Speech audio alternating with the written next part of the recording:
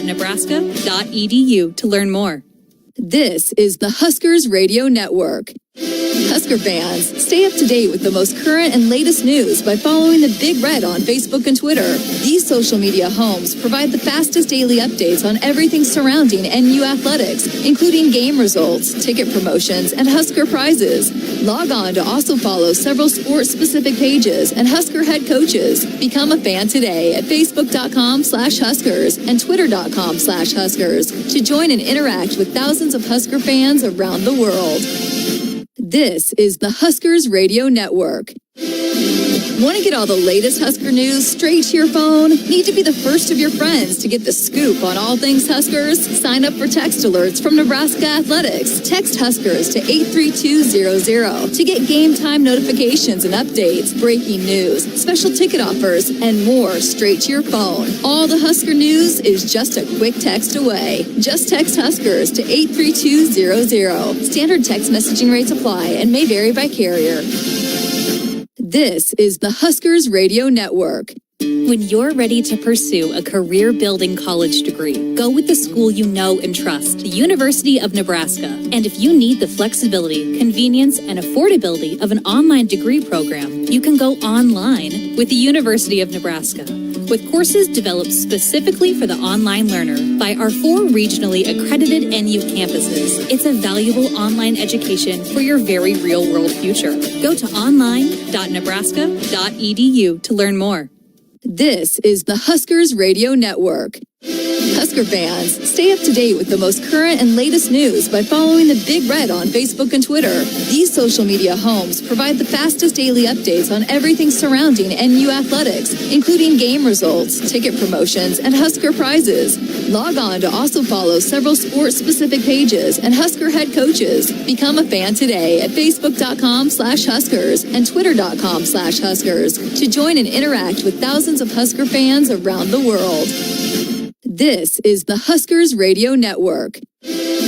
Want to get all the latest Husker news straight to your phone? Need to be the first of your friends to get the scoop on all things Huskers? Sign up for text alerts from Nebraska Athletics. Text Huskers to 83200 to get game time notifications and updates, breaking news, special ticket offers, and more straight to your phone. All the Husker news is just a quick text away. Just text Huskers to 83200. Standard text messaging rates apply and may vary by carrier.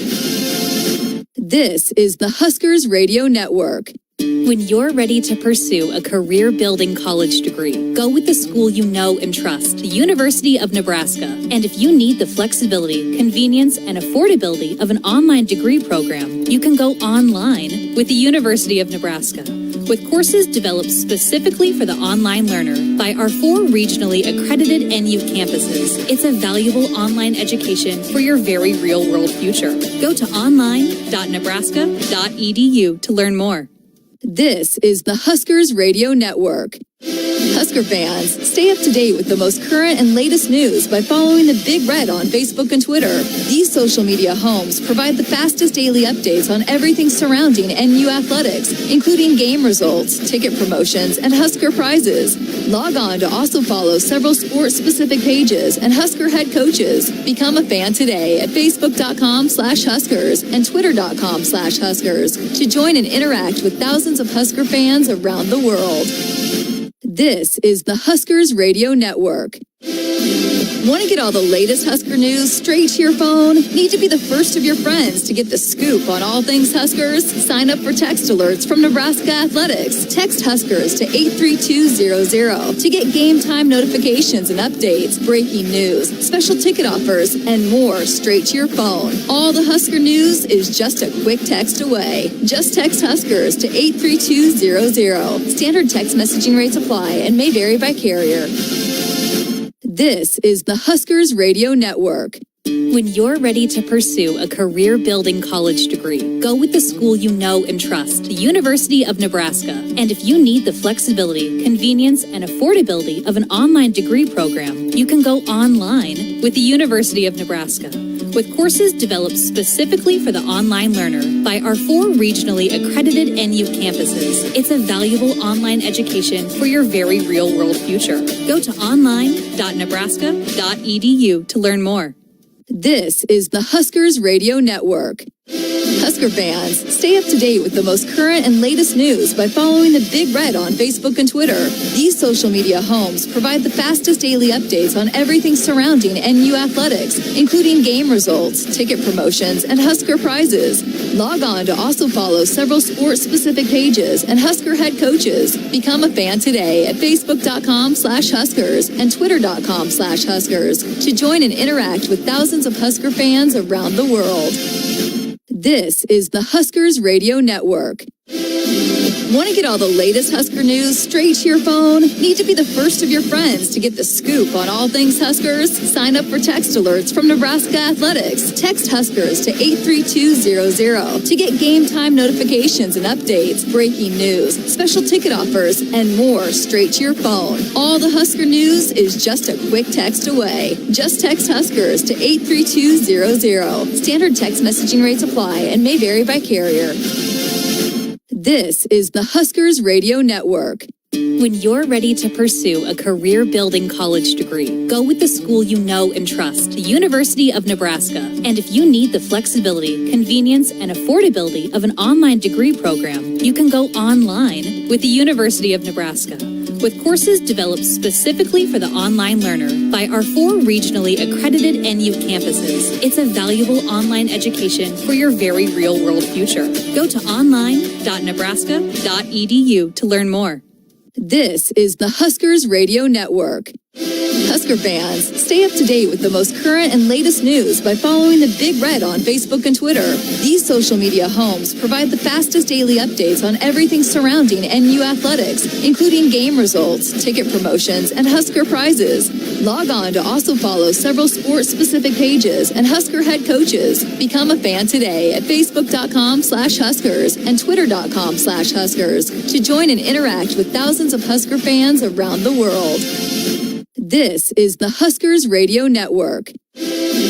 Want to get all the latest Husker news straight to your phone? Need to be the first of your friends to get the scoop on all things Huskers? Sign up for text alerts from Nebraska Athletics. Text Huskers to 83200 to get game time notifications and updates, breaking news, special ticket offers, and more straight to your phone. All the Husker news is just a quick text away. Just text Huskers to 83200. Standard text messaging rates apply and may vary by carrier. This is the Huskers Radio Network. When you're ready to pursue a career-building college degree, go with the school you know and trust, the University of Nebraska. And if you need the flexibility, convenience, and affordability of an online degree program, you can go online with the University of Nebraska. With courses developed specifically for the online learner by our 4 regionally accredited NU campuses, it's a valuable online education for your very real-world future. Go to online.nebraska.edu to learn more. This is the Huskers Radio Network. Husker fans, stay up to date with the most current and latest news by following the Big Red on Facebook and Twitter. These social media homes provide the fastest daily updates on everything surrounding NU athletics, including game results, ticket promotions, and Husker prizes. Log on to also follow several sport-specific pages and Husker head coaches. Become a fan today at facebook.com/Huskers and twitter.com/Huskers to join and interact with thousands of Husker fans around the world. This is the Huskers Radio Network. Want to get all the latest Husker news straight to your phone? Need to be the first of your friends to get the scoop on all things Huskers? Sign up for text alerts from Nebraska Athletics. Text Huskers to 83200 to get game time notifications and updates, breaking news, special ticket offers, and more straight to your phone. All the Husker news is just a quick text away. Just text Huskers to 83200. Standard text messaging rates apply and may vary by carrier. This is the Huskers Radio Network. When you're ready to pursue a career-building college degree, go with the school you know and trust, the University of Nebraska. And if you need the flexibility, convenience, and affordability of an online degree program, you can go online with the University of Nebraska. With courses developed specifically for the online learner by our 4 regionally accredited NU campuses, it's a valuable online education for your very real-world future. Go to online.nebraska.edu to learn more. This is the Huskers Radio Network. Husker fans, stay up to date with the most current and latest news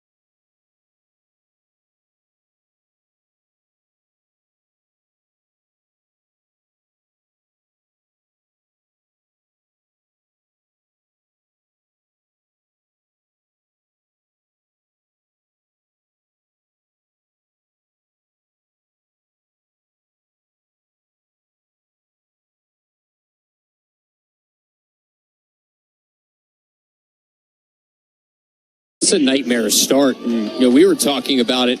How many arms didn't get exhausted yesterday? Kind of what does that depth of pitching look like as they get set to head into a conference series this weekend against Charlotte? Yeah, you look at Ethan Rogers last night, only going 2 2/3, and not the ideal start right now for Reese Cordham. Ethan Gonzalez going out now, directing traffic with the infield first and second, nobody out situation with Case Sanderson. Sandy last night 2 for 4 with 3 RBI. Vacant area on that left side of the infield, looks at a breaking ball low and outside.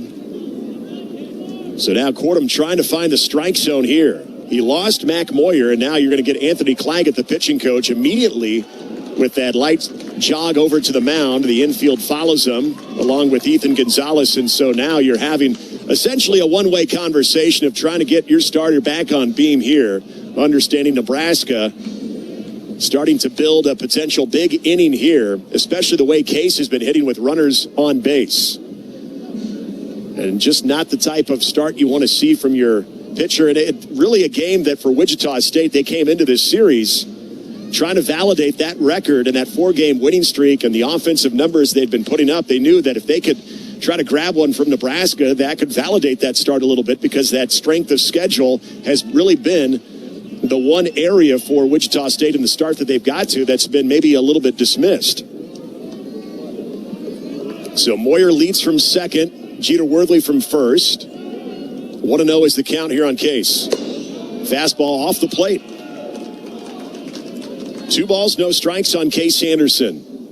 This is where you got to thread that needle of being aggressive, but also not letting a pitcher who's struggling to find the zone off the hook. Cordham checks Moyer. There's a breaking ball down the middle. 2 balls, 1 strike here on Case Sanderson. So Case on the season hitting .382. Slugging at .513, 29 hits. He's driven in 15 on the year with 7 doubles. Hand to the mouth, I believe. Going to reset. That's the first warning to Reese Cordham. 2 balls, 1 strike. Runners at first and second, nobody out. Just underway here at X Stadium. Disengagement as he throws over to second, nothing doing. Mac Moyer, in fact, was standing on the bag by the time Uloa got the ball. So Case Sanderson, who's been so good middle opposite, has that area vacated on the left side of the infield. Trying to keep Mac Moyer close. There's a ball. It's hit well over towards center field, chasing in. It's going to drop right down. In fact, gets bobbled momentarily by the center fielder Duncan. Coming around to score is Mac Moyer to throw to third. To get Jeter Worthley is not in time. So every runner is safe. Nebraska gets their first run. And Case Sanderson comes up big once again. The ball was bobbled momentarily on the hop to Duncan. I get the feeling, though, you're at least going to score Moyer on that. It will be a single. And we'll see the advancement on the bases there on that bobble from center fielder Duncan. Either way, Nebraska takes a 1-0 lead. Here's Jet Buck. Looks at a pitch in there for strike 1. And Nick, I was interested to hear the pop of the crowd after that first run-scoring hit with all the Husker fans here, and you heard the first Go Big Red chant of the day. Hopefully first of many. So it is a single, an RBI single. This one fouled back, advancing on the throw. So even with just a little bit of a bobble there, no error charge to Caleb Duncan, and an RBI, and another one. The 4th RBI in this series for Case Sanderson. He leads away from second, Jeter Worthley from third. Just got a piece of this one back to the screen. 0-2 here on Jet Buck. Jet 2 for 4 last night with 2 RBI. Seeing that average climb to .373 on the year. Buck hitting in the cleanup spot. Boy, during batting practice, he was getting into some pitches. Off the plate with the breaking ball, 1-2. So Nebraska strikes first. RBI single from Case Sanderson, Mac Moyer, who had worked a full count walk, then Jeter Worthley. subsequently was hit by a pitch. This ball hit well into center field. This is going to drop down in front of Duncan. That's going to score. Jeter Worthley easily advancing to third is Case Sanderson. And again, you can hear the Husker support here in Nebraska taking a 2-0 lead and getting all over Reese Cordham here early in the game. That'll bring up Dylan Carey. Yeah, how about the 2 games set for those two, Jet Buck and Case Sanderson. Sanderson now 4 ribbies, 3rd ribby for Jet Buck. I mean, those 2 guys are seeing it really well. So runners at the corner situation here for Dylan Carey. Carey 1 for 4 last night, got that hit late in the game. Good to see him back now, his 2nd consecutive day back out at shortstop. There's a ground ball hit to third, over to second for 1. The throw brings the second baseman off the bag, and they are still going to ring him at second. The run does score. Case Sanderson touches home plate. And I'm going to be interested to see if Will Bolt wants to take another look at this, as Owen Rush had to try to control the throw that was offline by Jason Jones, the third baseman. And Jet Buck is trying to say he got under it. From up here, it looks like he has a case. Now, we mentioned this yesterday in our broadcast vantage point. We're way up here in the old catbird seat, but this is going to get another look here from this umpiring crew. Almost deja vu of yesterday after an early challenge from Will Bolt, but this is certainly worth it. If you could put up a crooked number, kind of take the will away from Wichita State. Price Bender, a guy who needs some confidence. If you could put up a crooked number here in the first inning, certainly would help. And you're relying a little bit on Jet and what he thinks in this spot. It was an errant throw. He really had to leap high just to make that catch and then come down to swipe a tag. So Jet feels pretty confident that he's safe. And if so, you still have nobody out here in the inning. If Owen Rush was able to not only snare that, but get the tag down on Jet Buck, that is a heck of a defensive play. And I'm not saying that he didn't do it, but if this call stands, that's going to go down as a huge defensive play. So that's either nobody out if Nebraska is successful with this challenge, or it'll just be 1 out. Again, Case Sanderson scored on that, so Dylan Carey does have an RBI. They're on the fielder's choice. And so we will see if it's runners at first and second, nobody out, or a runner at first with 1 out. And already righty Caleb Reed getting hot with some pace to him in that Wichita State bullpen down the left field line. And the umpires now do finally emerge here with a early critical challenge here for Nebraska. All right, here we go. He is out. And credit Owen Rush for really saving Jason Jones on a throw that really took him down that first to second baseline and still being able to apply the tag on Jet Buck. So there is 1 out recorded, 3 runs across here in the top of the first for Nebraska. Dylan Carey will be the lone base runner now, leading away from first with 1 out. So here's Drew Grigo, 1 for 2 last night, had an RBI single. Grigo amongst a handful of Husker hitters, productive with 2 outs. Grigo hitting in that right-handed batter's box. Throw back over. Dylan Carey gets back in there standing up. Grigo hitting .313 now, and already with 32 at-bats now. He's got 10 hits. He's driven in 4 on the season. Talked about it last night. He was the hero in that Game 1 winner against Maine. Way upstairs with a fastball. And that's just been the start so far for Reese Cordham. When he's been in the zone, Nebraska's gotten some barrels on him. But that inability to find the strike zone has also hurt him here early on in this start. The 1-0 pitch, and that one sprayed the other way foul off to our right. 1 ball, 1 strike here on the Bellevue West product. Drew Grigo getting the start in right field. Another guy that is really trying to be a mainstay in one of those corner outfield spots for Nebraska. Throw back over to first, nothing going on. You know, the injury to Will Jeske, trying to get him closer and closer to a return. But in the process, you've seen a couple of guys getting some opportunities, and Drew Grigo's been one of them. Good athlete, true freshman, strong arm. As he sprays this one back to the net. Now 1 ball, 2 strikes here on Grigo. Grigo also with a triple on the season. Got a solid prep career at Bellevue West High School. They were just hoping to get him some opportunities this season, and Grigo has gotten those. Carey takes off on the pitch. This one fouled back again. DC going to have to retreat back to first. Dylan Carey. Again for him. And now what do we got here? Going to have umpires are going to gather here. What do we got here, Kyle? Perhaps catcher's interference. Okay. I think the mitt might have hit the bat of Grigo. Assist from Jared there. Man, if that is the case, just one of those is just such an auspicious start if you're Wichita State right now, and you could ill afford to have something else like this. Yep. So it is catcher's interference. Jared Meister, sports information director, was all over that one. So Drew Grigo will trot down to first base. Runners at first and second now. And here's Joshua Overbeek, who is hitting in the 7-hole. Now, Overbeek had a rare 0 for 4 night, really trying to get him going.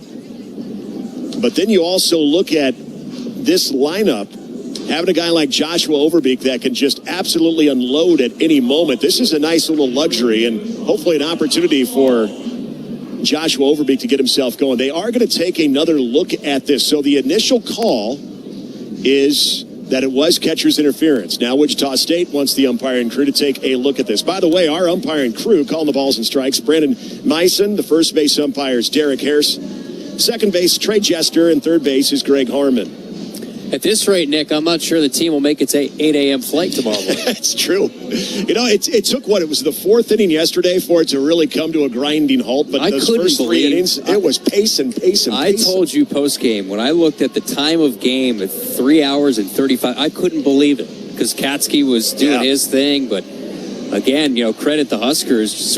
We mentioned death by 1,000 cuts yesterday, the way that they were able to score runs, extend innings, and Wichita State, like we said, emptied their bullpen yesterday, and kind of get the sense that might be a similar spot here for Wichita State, that they're going to have to find some sort of remedy here on the mound. If not, at least Cordham's going to have to wear it for a bit. And Ethan Rogers was pretty efficient. He had, in fact, retired the first 6 Husker hitters he saw, too. So those first 2 innings especially, we were pacing very well. And then you get into the soft line drive into the jersey of Cooper Katsky. Saw a couple of reviews as well, and then, boy, that thing just all of a sudden hit a slogs-like pace. That just allows more Nebraska fans to make their way here in the ballpark and feel like they haven't missed much. We're still in the top of the first, folks, if you're just tuning in. Nebraska with 3 already across on 2 hits. Runners are at first and second with 1 out. And right now the review is trying to see if Drew Grigo did indeed reach on catcher's interference. And you think of it, too, from Bryce Bender's point of view. He's probably just pacing in that dugout right now. Just, when am I going to get a chance to go out there and pitch? It's been about a 17-minute inning to this point. Still just 1 out in the inning, and our second challenge and review of the top of the first inning.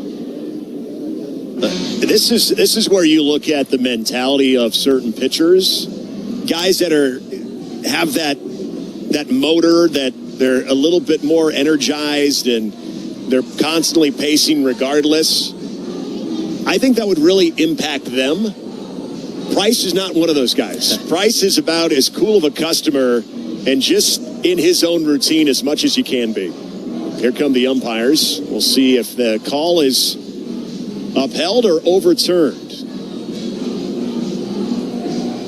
Waiting for the official signal, and we do have catcher's interference, so it is upheld. So runners are at first and second for Nebraska with 1 out, and Joshua Overbeek will hit with a runner in scoring position. And again, an opportunity for Overbeek, who's getting a half day here, just doing the DHing. trying to concentrate in the batter's box. Now Anthony Claggett is going to make his way out, and this very well will do it for Reese Cordham. So why wouldn't we have a pitching change after all of that? It is a Nebraska 811 pitching change. Contact 811 2 days before you dig to protect your underground utilities and yourself. It's free, it's easy, it's the law. We'll tell you about the new righty for Wichita State when we return here in the top of the first inning in the Huskers Radio Network.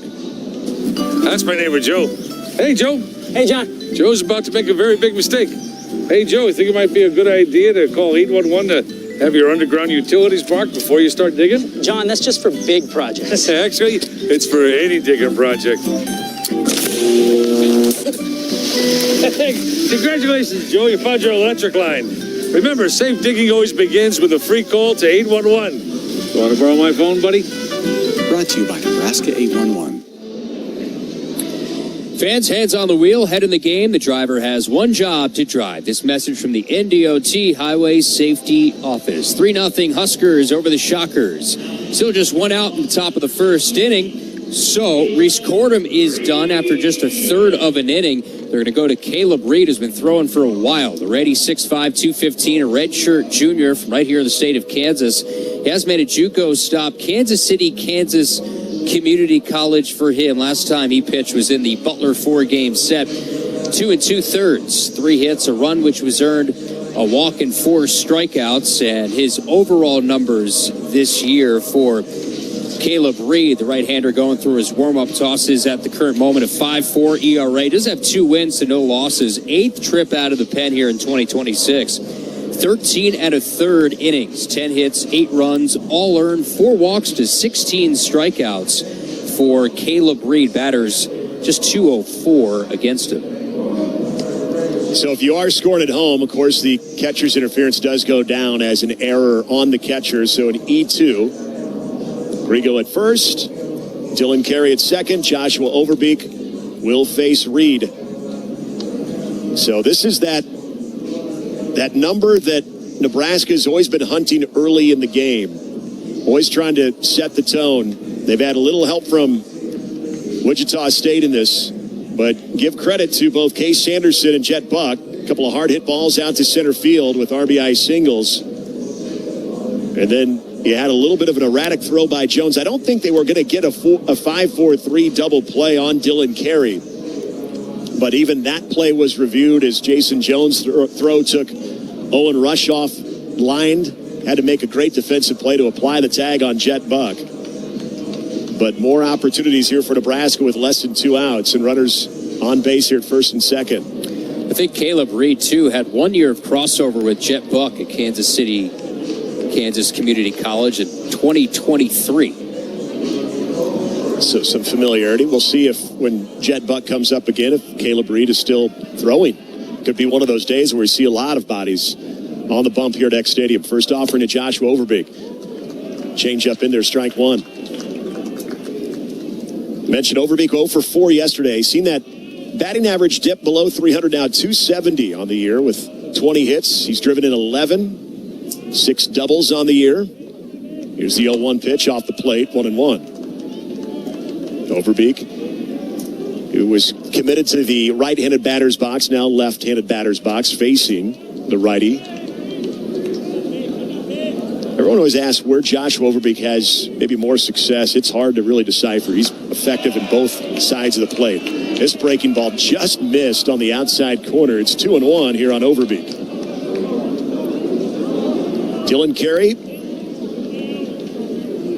another runner in scoring position for Nebraska with Drew Grigo at first.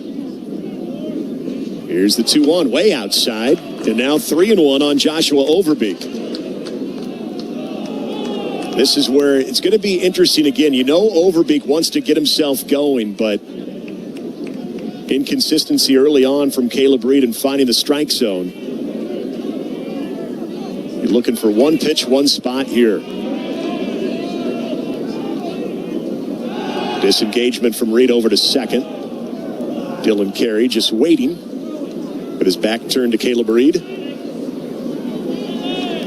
So Nebraska already again with 3 across. Wichita State yet to bat. This game did start on time at 2:05. There's a fastball, pounds the inside corner. That one had a little bit behind it. So now the count runs full here on Overbeek. Gary gets his lead with Grigo at first. Reed checks him at second. Runners take off. And this ball misses inside. And so Joshua Overbeek will trot down to first base. Bags full of Huskers with one out for Rhett Stokes. Rhett Stokes, 1 for 2, came in late in the game. And I mentioned Stokes is continuing to find himself in some opportunities to drive in runs. He's done that, also seeing that average right now for Rhett with 19 at-bats, above 300, now hitting 316. He's 6 for 19 on the year and a chance to increase that production. First offering, fastball in the outside corner. Rhett Stokes getting the start at third base today. We saw him also active defensively, filling in for Dylan Carey, working through a lower back issue, playing some short. We've seen him at second as well. Came in late in the game. This one moves off the plate.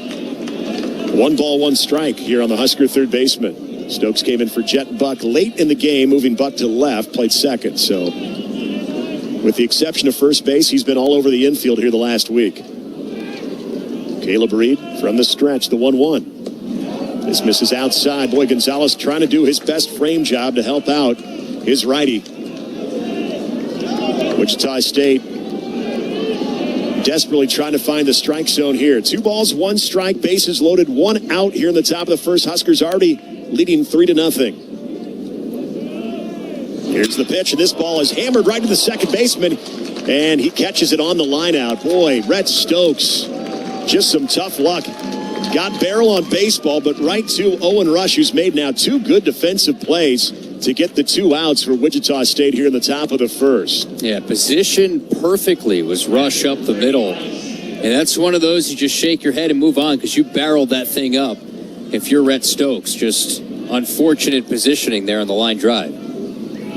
So here's Trey Fikes, 9-hole hitter with bases loaded, 2 away. His first offering off the plate with the breaking ball. Trey Fikes, he's got 1 hit and 7 at-bats on the season. An opportunity to get that first RBI in a Husker uniform. Breaking ball and a beauty. Right on the outside black. 1 ball, 1 strike on Fikes. Fikes didn't play last night, but has done a nice job of filling in for Jeter Worthley. Worthley getting the start in left field. 1-1 pitch, and that hit him. Got him right in the elbow. And so there is your next run there. Get a hard hit on that elbow. Seems to be okay for Trey Fikes. And so it continues here, the inning, and the Huskers will bat around. I'll tell you, the last guy that they wanted to see again in this inning is Mac Moyer, especially with the bases loaded. Nightmare situation here for Wichita State with 4 in the first.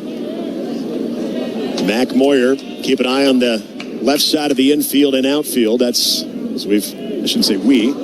First ball in the dirt, gets underneath Gonzalez, but he has it. Holding Grigo at third. The Mac special, as Ben McLaughlin coined it, works perfectly, and we saw it even last night as well.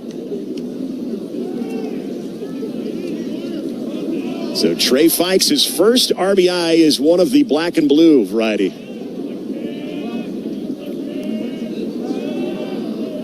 The pitch off the plate. And now you got to wonder, if you're Caleb Reed, you know the situation. You're a pitch away from trying to put the tourniquet on this thing, but now you're really pressing to find the strike zone. 2-0 here on Mac Moyer. Handles the bat so well. The 2-0 offering. There's a ground ball hit towards second. Rush with it. Will flip it over to short to get the force out, and that will retire the side. But Nebraska has a solid go at it. They get 4 runs. They do so on 2 hits, 1 error, and 3 runners left on base. We head to the bottom of the first. It's Nebraska 4, Wichita State coming to bat here on the Huskers Radio Network. Nebraskans are choosing chiropractic for better health. Why chiropractic? Because it's safe, drug-free, and a cost-effective treatment option for back and joint pain. Plus, all generations can benefit from natural chiropractic care. Choose chiropractic first for pain relief or to improve your mobility, athletic performance, or overall wellness.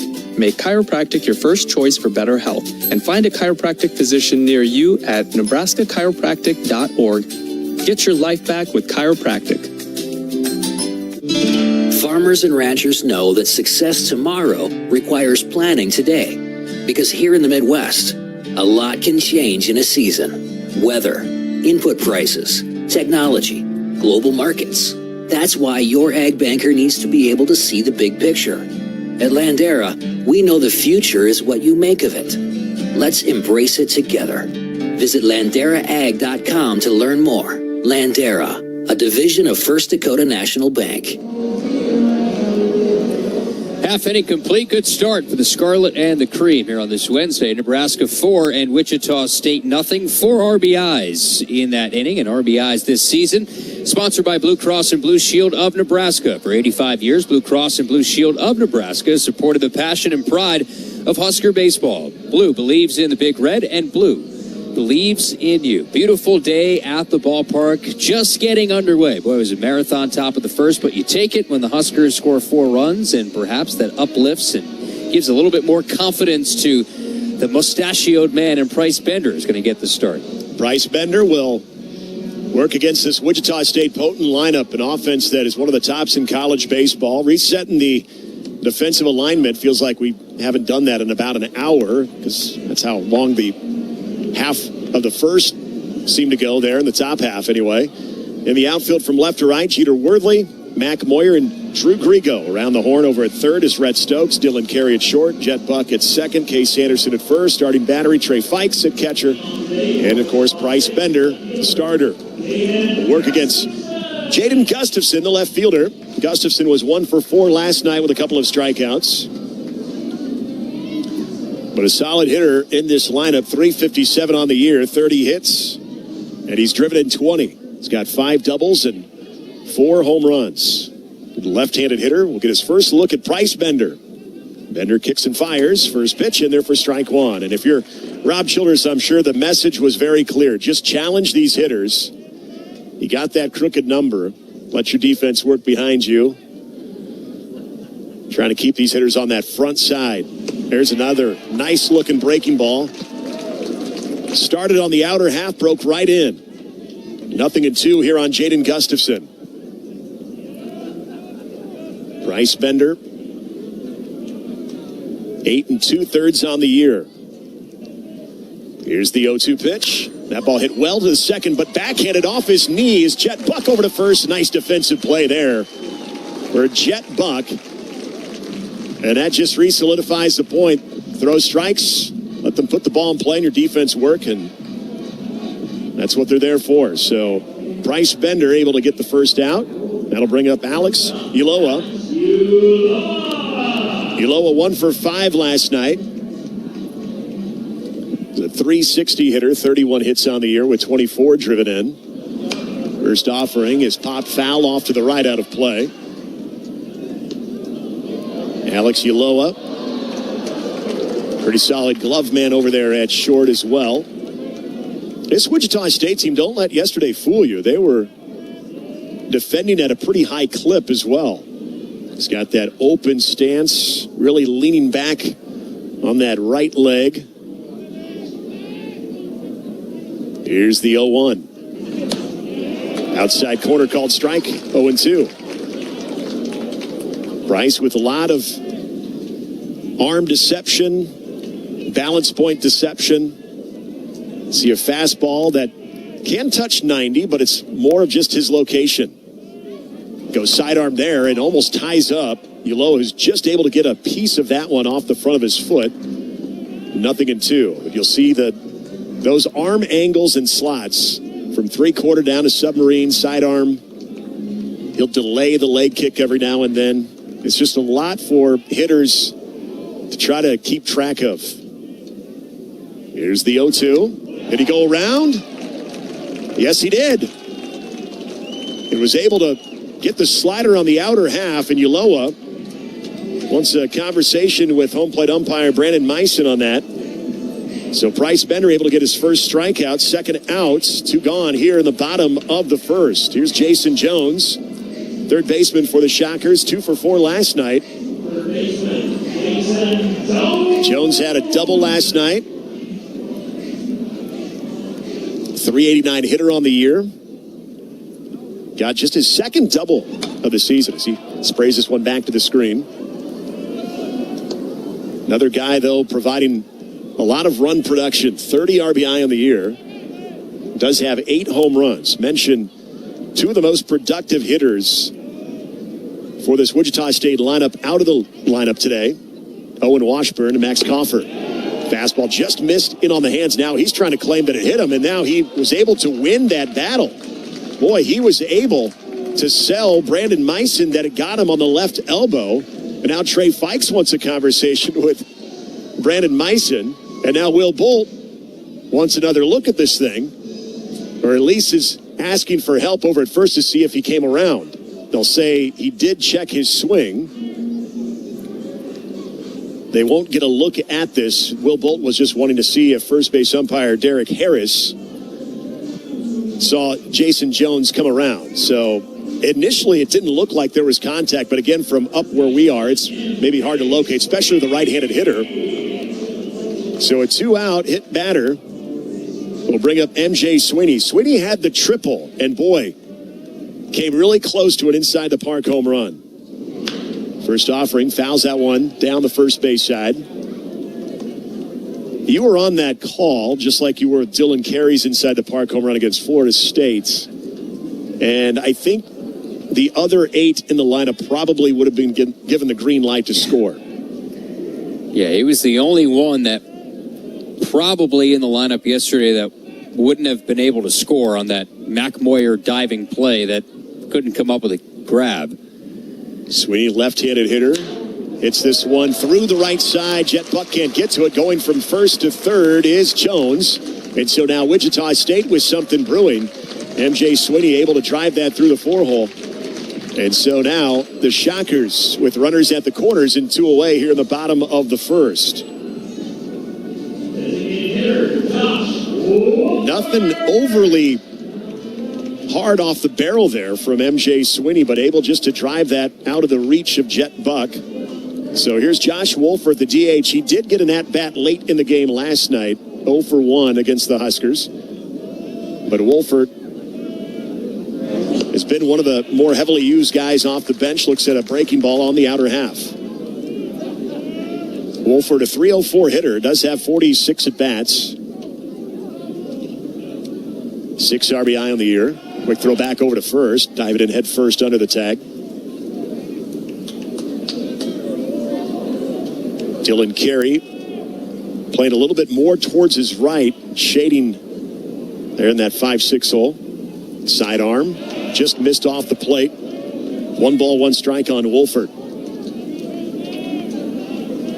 Jason Jones was able to keep the inning alive for Wichita State. He got hit by a pitch, and then MJ Sweeney follows up with a single to the right side of the infield.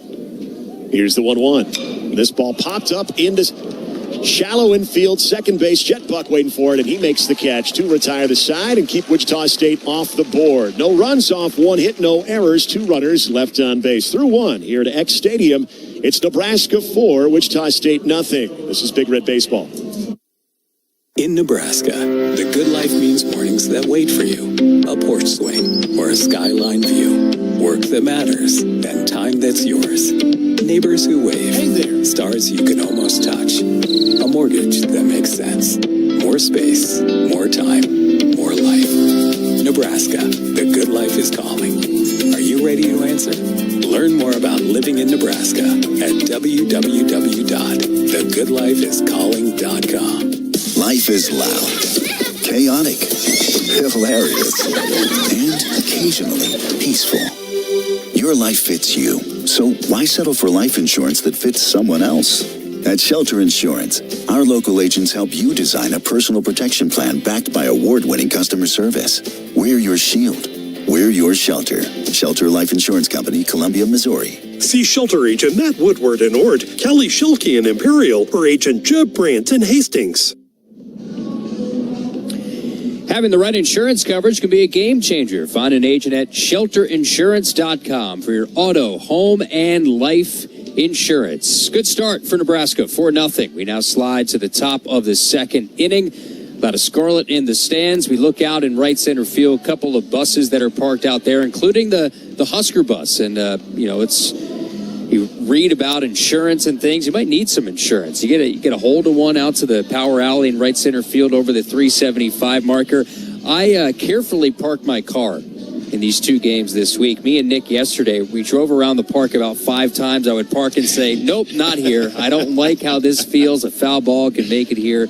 So we parked far away from the stadium behind home plate. I don't understand why you wouldn't want to take a souvenir home with you from... Yeah, nice little hole in my window. The great city of Wichita. 5-hour drive. Yes. It just adds a little character to your vessel there. That's all right. Jeter Worthley will lead off 2-3-4 for Nebraska here in the top of the second. Worthley was hit by a pitch, came around and scored. Mentioned Jeter last night, a 3-hit performance, 3 for 4, scored twice. He had a 3-hit performance in game number 2 against Maine on Saturday. Breaking ball misses away. I should say game 2 of the series, the first game of the doubleheader on Saturday. Caleb Reed still on the slab here for Wichita State. Second arm used for the Shockers. This ball ripped up the middle. Jeter Worthley right over the head of Caleb Reed. And Worthley just continues to swing a hot stick right now. 101 off the bats. And so Worthley able to set the table here in the top of the second for the Huskers. Here's Case Sanderson, 2 for 4 last night. Drove in 3. And then picked up from where he left off. An RBI single back in the first. Sanderson will get his first look here at Caleb Reed. Got that RBI single off the starter, Reese Cordham, who did not make it past to third. Breaking ball low and inside in the dirt. In fact, Gonzalez now having some trouble locating it, does so. Home plate umpire Brandon Meisen is going to ask for a new baseball. Case mentioned, really since that homestand, now hovering just below 400, pretty much where he got his season average started in the first couple of weekends. Throw back to first. Worthley head for a slide safely in there. Cooled down a bit in Arlington, but was rock solid in the MLB Desert Invite. 4 games for Nebraska out there in Arizona. Breaking ball outside corner. 1 ball, 1 strike here on Case. It was amazing, though, with the amount of hits that Sanderson was collecting, the lack of RBI that he had, but has now seen that balloon to 16. He's been nothing but clutch for Nebraska here these last couple of weeks. Breaking ball away again, 2-1 on the Husker first baseman. Had that walk-off monster home run against Michigan State on that Friday night. And then with runners in scoring positions, just continue to flourish. Swings and misses at that. Took a rip. It's 2-2. Case Sanderson in the last 10 games, he's one of a handful of Huskers hitting over 400. Caleb Reed in a 2-2 count with nobody out, runner on. Worthley takes off. This ball shot the other way to left field. Gustafson tracking it will make the catch. Worthley will have to head back to first. So good contact off the bat of Case Sanderson, but right at Jaden Gustafson.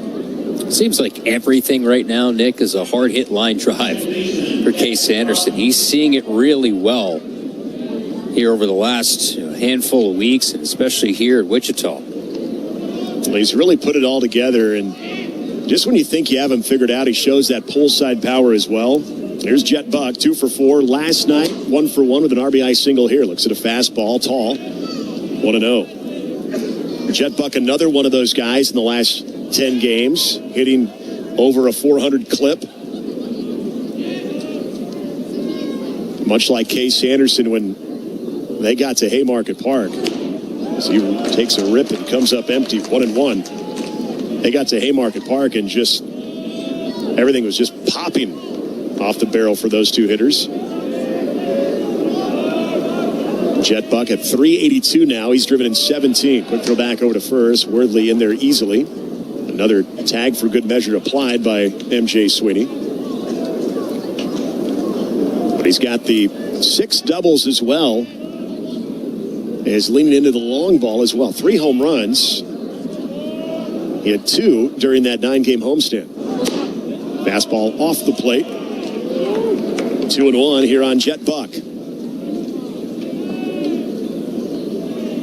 So Nebraska, with now their best start in the Will Bolt era, 15-5, riding a 10-game winning streak, trying to drive that to 11. Swing and a miss on the breaking ball, got out on his front side.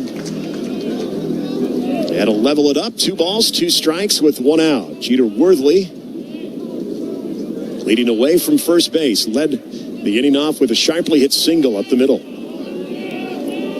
Another throw, Worthley under the tag.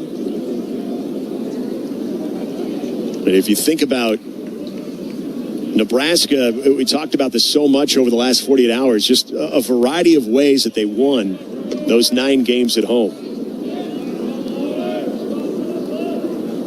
Here's the 2-2. Worthley takes off, swing and a miss. The throw down to second, gets into center field. Worthley, though, doesn't track it in time and will stay at second. So Buck goes down swinging, but Worthley does get into scoring position here with 2 away, and that'll bring up Dylan Carey. Another chance for Nebraska to do some damage with 2 outs with that runner in scoring position. Yeah, that was the big key last night. When you look at some of their numbers with runners in scoring position, hit nearly 500 at 7 runs driven in with 2 outs. And Jet Buck and Drew Grigo and Case all with 2-out RBI. Breaking ball off the plate, first offering to Dylan Carey, 1-0. DC also driving in a run back in the first on a fielder's choice. And that was the ball that took Owen Rush off the second base bag and actually making a really good tag on Jet Buck. This is way outside. Good stab by Gonzalez to keep it with them. So Dylan Carey in a plus count here, 2-0. With good speed and scoring position. Anything through the infield likely gets Nebraska their 5th run as they lead it 4-0 here just in the top of the second. 2 outs. Caleb Reed trying to keep Nebraska off the board for Wichita State. There's a breaking ball off the plate again. There is certain arts for catchers that I don't think maybe gets appreciated this much in this day and age of baseball, but the ability to frame. I'll give Ethan Gonzalez a lot of credit. He is doing a nice job of framing. Fastball paints the black, 3-1. It's been all on the outer half against Dylan Carey, not bringing anything over the plate, and I can understand why. Dylan Carey at 386 on the year. The pitch. This ball is ripped into center field, and this is going to get down for a single. Coming around to score is Jeter Worthley, and Nebraska will not be kept off the scoreboard. And now the ball gets away. Carey alertly heading to second. Head first slide under the tag. Dylan Carey gets himself in scoring position, adds another ribby to his total, and Nebraska leads 5-0 here in the top of the second. Attention to detail as well after you drive in the run, but the throw comes in and Dylan's able to pick up an extra bag. It's that level of detail that's going to get you to where you want to get in this season. And a veteran like that to then swipe an extra base on the throw in now allows an opportunity for Drew Grigo with the runner in scoring position. Mentioned Grigo last night, had a 2-out RBI single. Carey leading away from second. Swings and just fouls it in the mid of Gonzalez. 0-1. Grigo reached on the catcher's interference. He, too, back in the first, was stranded. Right-handed hitter Here against Caleb Reed, the righty for Wichita State. Breaking ball, that's it well off the glove of Caleb Reed, but able to recover. Underhands it over to first base to Sweeney to retire the sign, but Nebraska gets another one across. 1 run off 2 hits, no errors, and 1 runner left on base. As we head to the bottom of the second, Nebraska 5, Wichita State nothing on the Huskers Radio Network. Being a Nebraska fan doesn't stop when the game ends. It's every day, all day, home or away. This is Kyle Crooks, the voice of the Huskers, telling you to level up with the new Husker Visa debit card, free with any FNBO checking account. Be one who lives it, one who proves it. Every time you pay with the Husker Visa debit card, only at FNBO, the bank of Husker Nation. Get yours today at FNBO.com/Huskers. One for the fans, one for you. Member FDIC.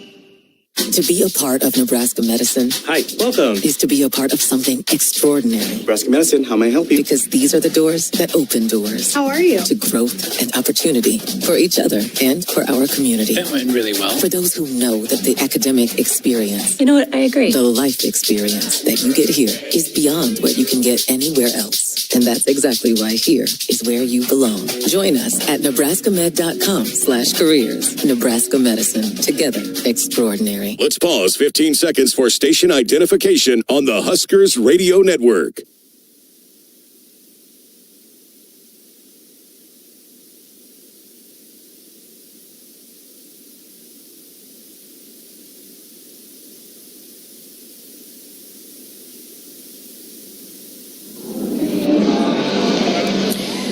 Let Eeks provide solutions for your business. Eeks offers copiers and printers, technology solutions, janitorial equipment, and cleaning supplies, office supplies, and furniture. Visit Eeks.com for more.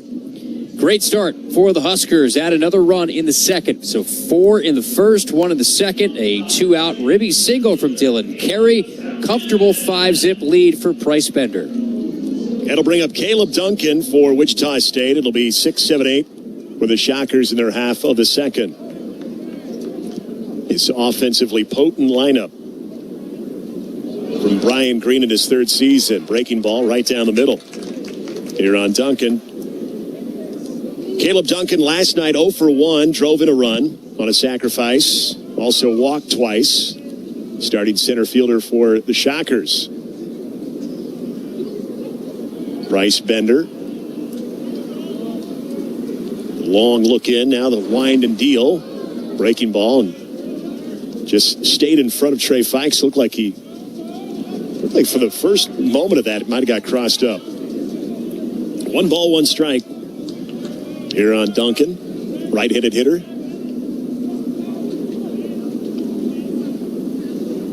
Bender winds and deals. Breaking ball again and a beauty, 1-2. And thinking about this Wichita State offensive surge they had coming into this 2-game series. Just so many different numbers that were eye-popping, but we talked about sidearm 1-2 pitch, just missed inside, and it was a close one. Thinking about their big innings, it was more than a decade that Wichita State went without scoring double-digit runs in an inning, more than a decade. But this year they've done that 5 times in the first 20 games. There's a ground ball hit over to second. Jet Buck charges it, gloves it, flips it over to first for the first down. Bryce Bender able to get the lead man of the inning. That'll bring up Anthony Cepeda, the right fielder, 2 for 3 last night. The bottom of the order for Wichita State, they were the most productive.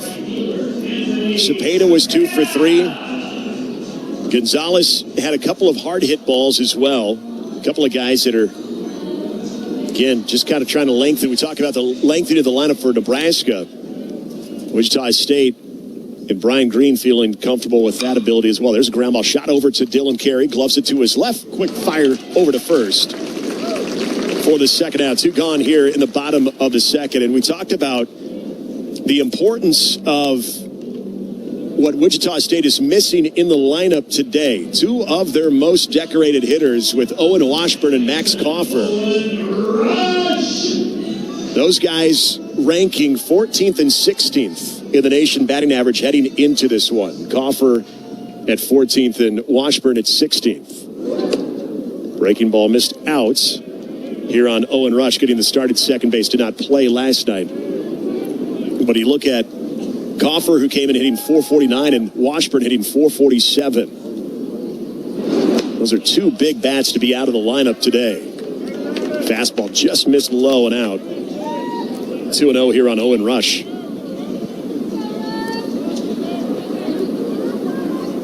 So Nebraska trying to really attack this offense. Missing again outside. Bryce Bender takes a little stroll around the mound, pounds his glove, trying to get himself back on track here after getting first two hitters of the inning. Takes a deep breath. Now winds and deals. And off the plate a bit up. And I think Price was maybe wanting that call. It was close, but still just a little bit out of the zone. So a 2-out walk. That's kind of that maturity, though, you're seeing just out of the sophomore who saw a lot of action last year, knowing that he got the first two hitters and then fell behind Owen Rush 3-0. And so he decided to try to walk around. He knows how frustrating that's going to be, especially that pitching coach, when you get the two quick outs and then you have the 4-pitch walk. The breaking ball misses away. Here on Ethan Gonzalez, who was 0 for 4 last night. Got a couple of barrels yesterday, but had nothing to show for it.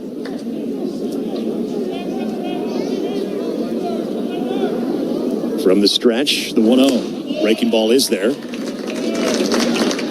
1 ball, 1 strike on the Shocker backstop. Hitting just 174 on the year. He's 4 of 23, has driven in 6, does have a home run as well.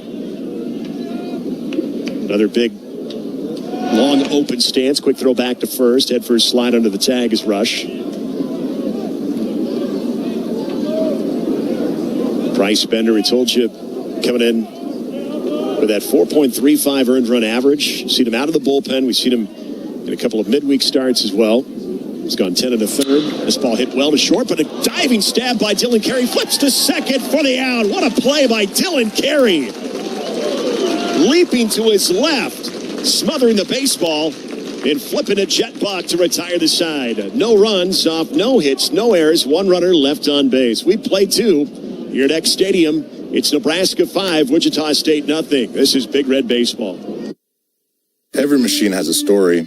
Early mornings, long harvests, years of hard work. When the time comes to sell, AuctionTime.com helps make sure the world sees that equipment.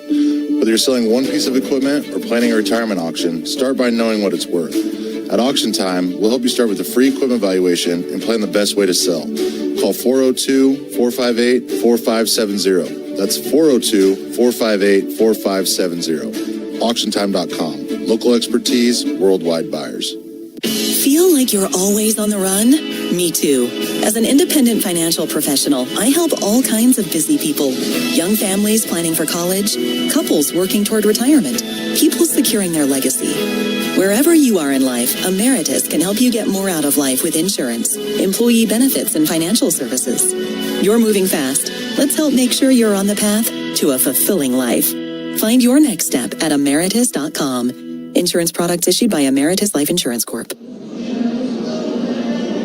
Got a new pitcher in for Wichita State, but before we tell you about him, I want to remind you that Husker Baseball is brought to you in part by your Midwest Ford dealers. Visit buyfordnow.com for all of your truck, SUV, and electric vehicle needs. That new pitcher for Wichita State will be 6'2". Grad transfer lefty out of Central Oklahoma, Dax Sharp. Sharp will be making his 5th appearance here of the season. Comes in with a 2.57 earned run average. No record to show for. He's got 7 innings, 6 hits that he's allowed, 2 runs. Those 2 runs were earned. He has struck out 8. He has walked 2, with opponents hitting .222 against the third arm used today for Wichita State. Dax Sharp now in the game as we have played to Nebraska with 4 in the first, 1 in the second. They lead Wichita State 5-0 as we make our way to the third. To tell you about it is Mr. Kyle Crooks. All right, Nick, did a pretty good job providing run support. You did it yesterday, so I tried to do my part today. Although you took a long time getting to it in the first inning. 4-run now first. That wasn't in the playbook. Yeah, you didn't throw in the 2 challenges. But we are where we are in the top of the third inning. Appreciate those joining us just past 3 Central. At a 2:05 first pitch. Joshua Overbeek, 7, 8, and 9. Overbeek, switch hitter batting right. Another lefty here for the Huskers to face second of this day. And the first one sent home to Overbeek. Fist this foul behind home plate for strike one. Dak Sharp is that left-hander, and Nick took you through his numbers. Fifth-year guy from Pryor, Oklahoma. A couple of junior college stops, Central Oklahoma, Neosho County Community College. Downhill with an 0-1. Overbeek, eyes went a little bit out on a slow breaking ball. 1 ball, 1 strike to Joshua Overbeek.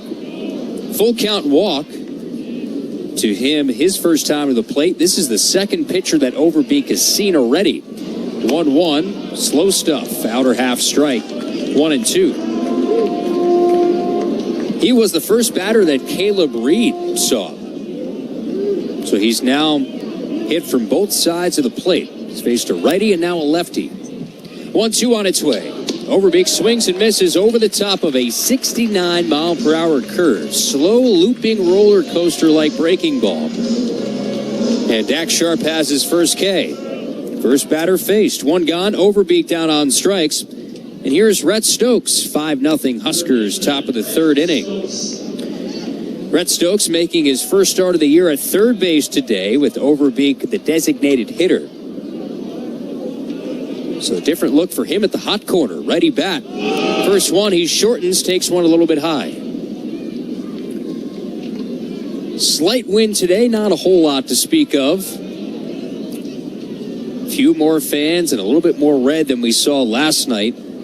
Folks making that trip to Oklahoma City. 1-0, breaking ball flutters over that inside corner for strike one to Rhett Stokes. And we heard already in the first inning. Pretty loud, boisterous, go Big Red. Hope it's not the last one we hear. So far, so good with a 5-0 lead. 1-1, Stokes shoves down a bunt along first. Sweeney gloves it. Stokes runs around him, the underhead, shovels late. Stokes in head first. Owen Rush, the second baseman, wheeling over to the bag. Sweeney got that little shoved bunt first base side. Would glove it. Stokes did a kind of a circular motion around him down that first base line, staying in the base path, and then dives on a plunge head first save.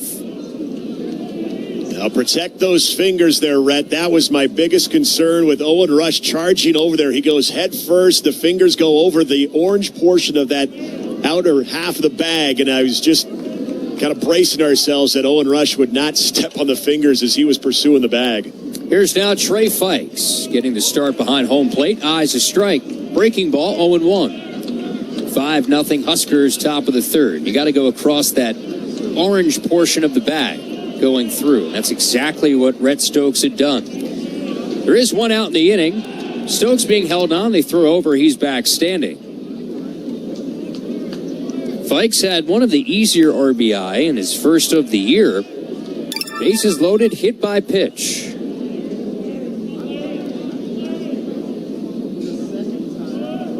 Long, deliberate set from Dak Sharp. Downhill, we'll throw over to first. And again, back standing is Rhett Stokes. Behind home plate is Ethan Gonzalez. He threw out Grigo twice yesterday. They did get ultra aggressive trying to steal last night in an 8-1 win. Runner takes off 0-1, in for a strike. Throw down is late. Head first slide. The ball came out of the glove of Rush on a sweeping tag. It looks like the throw beat Stokes on a head first plunge, and then that ball came out on the sweeping tag. Yeah, you're exactly right. They would have had Rhett Stokes at second, but right as the glove made contact with the hand of Rhett Stokes, ball skirts away, and the Huskers with another runner in scoring position.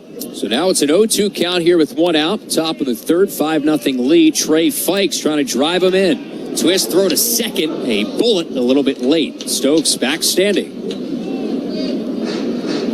That little twirl off the mound, and then saw Stokes was a step or a few away from where he wanted to be, and then he just rifled that thing to second. 0-2. Ball in the dirt, goes through on a breaking ball. They tag him out as Gonzalez lays down the tag, and Fikes is down on strike. Second strikeout for Sharp on on that sharp breaking ball. 2 gone now for Mac Moyer. Came up in a spot in the first inning. He had a chance to really blow the thing open. Had 10 batters to the plate in that frame. Had bases loaded, hit a sharp bouncer back up the middle for a fielder's choice. Ended any further threat. 4 runs on 2 hits in that first. Right now the Huskers a 5-0 lead.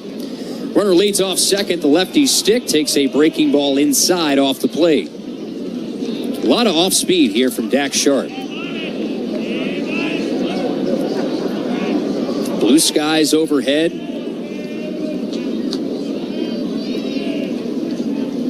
Moyer awaits 1-0. Line foul left side.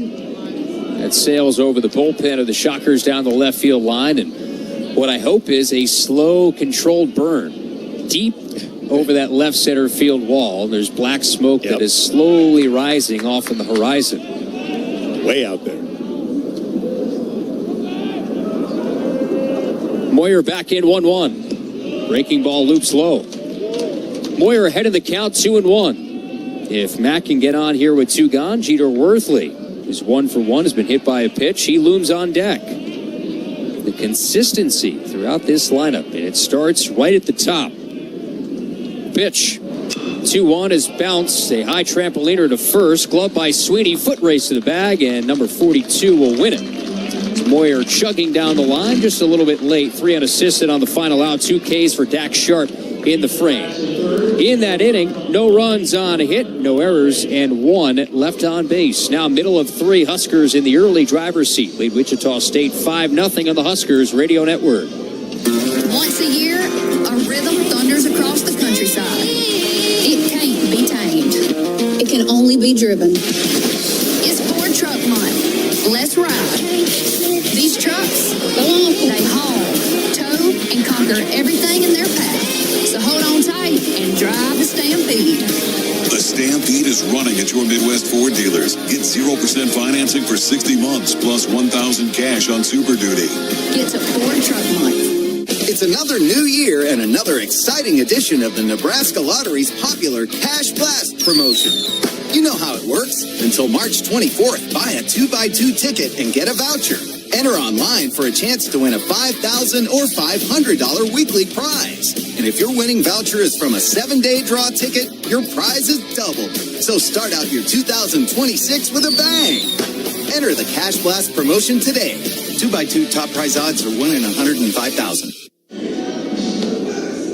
Nothing goes better with Husker sports than Fairbury. Fairbury premium quality hot dogs deliver the home game experience to your family and friends. Fairbury, the official hot dog of Husker Nation. What a great afternoon to enjoy a hot dog, watch some baseball. This is, as they call them, one of those top 10 days. Very little wind here at X Stadium, sun-splashed conditions. Temperatures in the low mid-70s right now, and hey, the visitors looking good so far. Yeah, so far so good. It's been a fun trip here to Wichita, Kansas. Nick and myself made a 4-hour trip. Couple of stops. Yep. One being Starbucks, the other Panera. I was really, really fiending for Panera that day. You won. Here is Jaden Gustafson. Takes the first pitch low and inside, ball 1. Got to the team hotel and then right to the ballpark yesterday. It was about high 50s at the ballpark yesterday. 1-0 from Bender. Goes back to work. This is bounced foul by Gustafson for strike 1. With more Husker fans here at the ballpark, there's an opportunity for some pretty cool jerseys. I saw, and you had to enlighten me on kind of the history, but Kenny Harvey jersey we saw behind home plate. Kansas City Royal made the All-Star game in 2004. All-American with the Huskers, 1-1. That's line foul off to the left out of play. I see a Shohei Ohtani jersey down there, and I think you go to any ballpark nowadays and you'll see a Shohei jersey. About second row behind home plate. Part of the World Baseball Classic, which concluded last night, was finishing up while we were finishing up on the air. Infield swung to the right for Gustafson. Bender's 1-2. Foul back right in our direction. Look out. Just underneath us, right over the tippy top of that screen. Ball and 2 strikes. And who knows, maybe some of the guys on this field today will get a chance to play in a World Baseball Classic down the line. Something that's growing more and more in popularity as the years have gone. 1-2. High and away. Fikes out of the crouch. 2 balls, 2 strikes now. 5-0 Huskers. Bottom of the 3rd inning. Just underway in the frame. And maybe it's a guy like Jaden Gustafson. Part of the gaudy numbers we've seen for the Shockers. Has hit in 7 straight. Grounded out to second his first time. A 2-2's off the plate outside. Missed on a breaking ball, did Bender. There's an extra walk off the mound. And the count now full. Been a few moments where Price Bender said a few words to himself. Try and calm himself down. Wind and a payoff pitch. Swing and a miss. Got him. Off speed. Bender gets the K. Second strikeout for Price. 1 gone here in the bottom of the 3rd. I just like the way that Price is kind of handling himself. He knows when he needs to reset. He knows when he needs to keep the pace. It's just one of those situations. You have the luxury pitching with the lead. He's just done a nice job of it so far. Alex Shuloa, right-handed hitting shortstop, bounces the first lazily foul along 3rd for strike 1. 5-0 Huskers, 1 out, bottom of the 3rd, and the bases are empty. Uloa is a Florida kid, Cutler Bay, Florida. Played some Division I baseball at FIU previous to this. Spent 2 seasons there. The next 2 almost sharply tumble 1 to short. Carey, glove side, will corral, throwing rhythm to first for the 2nd out of the frame. 1-2 goes down 1-2 here in the 3rd. And now it's Jason Jones to the plate in the bottom of the 3rd inning. Pair of sluggers out of this lineup. You're just joining us for Wichita State. Max Coffer, Owen Washburn. Could we see either one of those 2 in a pinch hit spot? Certainly possible. Was the case with Coffer last night. Coffer, 11 home runs. You have 29 total extra base hits out of the lineup. Jason Jones, ready stick. Eyes a breaking ball strike. Center cut 0-1. Also another guy, part of the roster revamp, Jason Jones. Division I journey from Arkansas to Oklahoma State to Wichita State, who smacks the 0-1 past the lunging Carey through the 5-6 hole base hit left field. And Jason Jones knocking one past the lunging Carey for the Shockers' just 2nd hit. Carey's had such a good defensive day, almost had an opportunity to knock that down, keep it on the infield. Maneuvering to his right. And we've talked about how Dylan's had those lower half issues. It's been good to watch him move and maneuver at shortstop. You were watching yesterday in a line drive over his head as he was leaping for a ball, not at the hit, but just make sure he came up healthy. Yeah, you stretch your body out when you really elongate it there. You're wondering about the lower back issue. MJ Sweeney, left-handed hitter, swings through a breaking ball, strike 1. So all things look good for DC at shortstop. He's playing behind second. Infield swung to the right. Overbeek is miles off that 3rd base line. Huskers in front 5-0. For the son of talking about Royals, Kenny Harvey, how about Mike Sweeney? His son at the plate will swing. Fist one on a looping ball to Joshua Overbeek. I should say Rhett Stokes, rather, who makes the catch. Muscle memory. Yeah, that's that'll happen. That'll happen. Rhett Stokes, who, of course, getting the start at 3rd, makes the catch with the shades on, and the inning is over. So for the Huskers, no runs on a hit, no errors, and 1 left on base. We're now 3 complete, and the Huskers out in front 5-0. This is Big Red Baseball. Being a Nebraska fan doesn't stop when the game ends. It's every day, all day, home or away. This is Kyle Crooks, the voice of the Huskers, telling you to level up with the new Husker Visa debit card, free with any FNBO checking account. Be one who lives it, one who proves it. Every time you pay with the Husker Visa debit card, only at FNBO, the bank of Husker Nation. Get yours today at fnbo.com/Huskers. One for the fans, one for you. Member FDIC. Save time when you shop online with Hy-Vee. Hy-Vee makes it easy to order groceries online through our app or Hy-Vee.com. Pickup is always free. And if you have a Perks Plus membership, you get free delivery and free express pickup. Shop online with Hy-Vee and you can create and save grocery lists, shop the sales, and get fuel savers. Talk about convenience. Order groceries online today. Check out Hy-Vee.com or download the Hy-Vee app.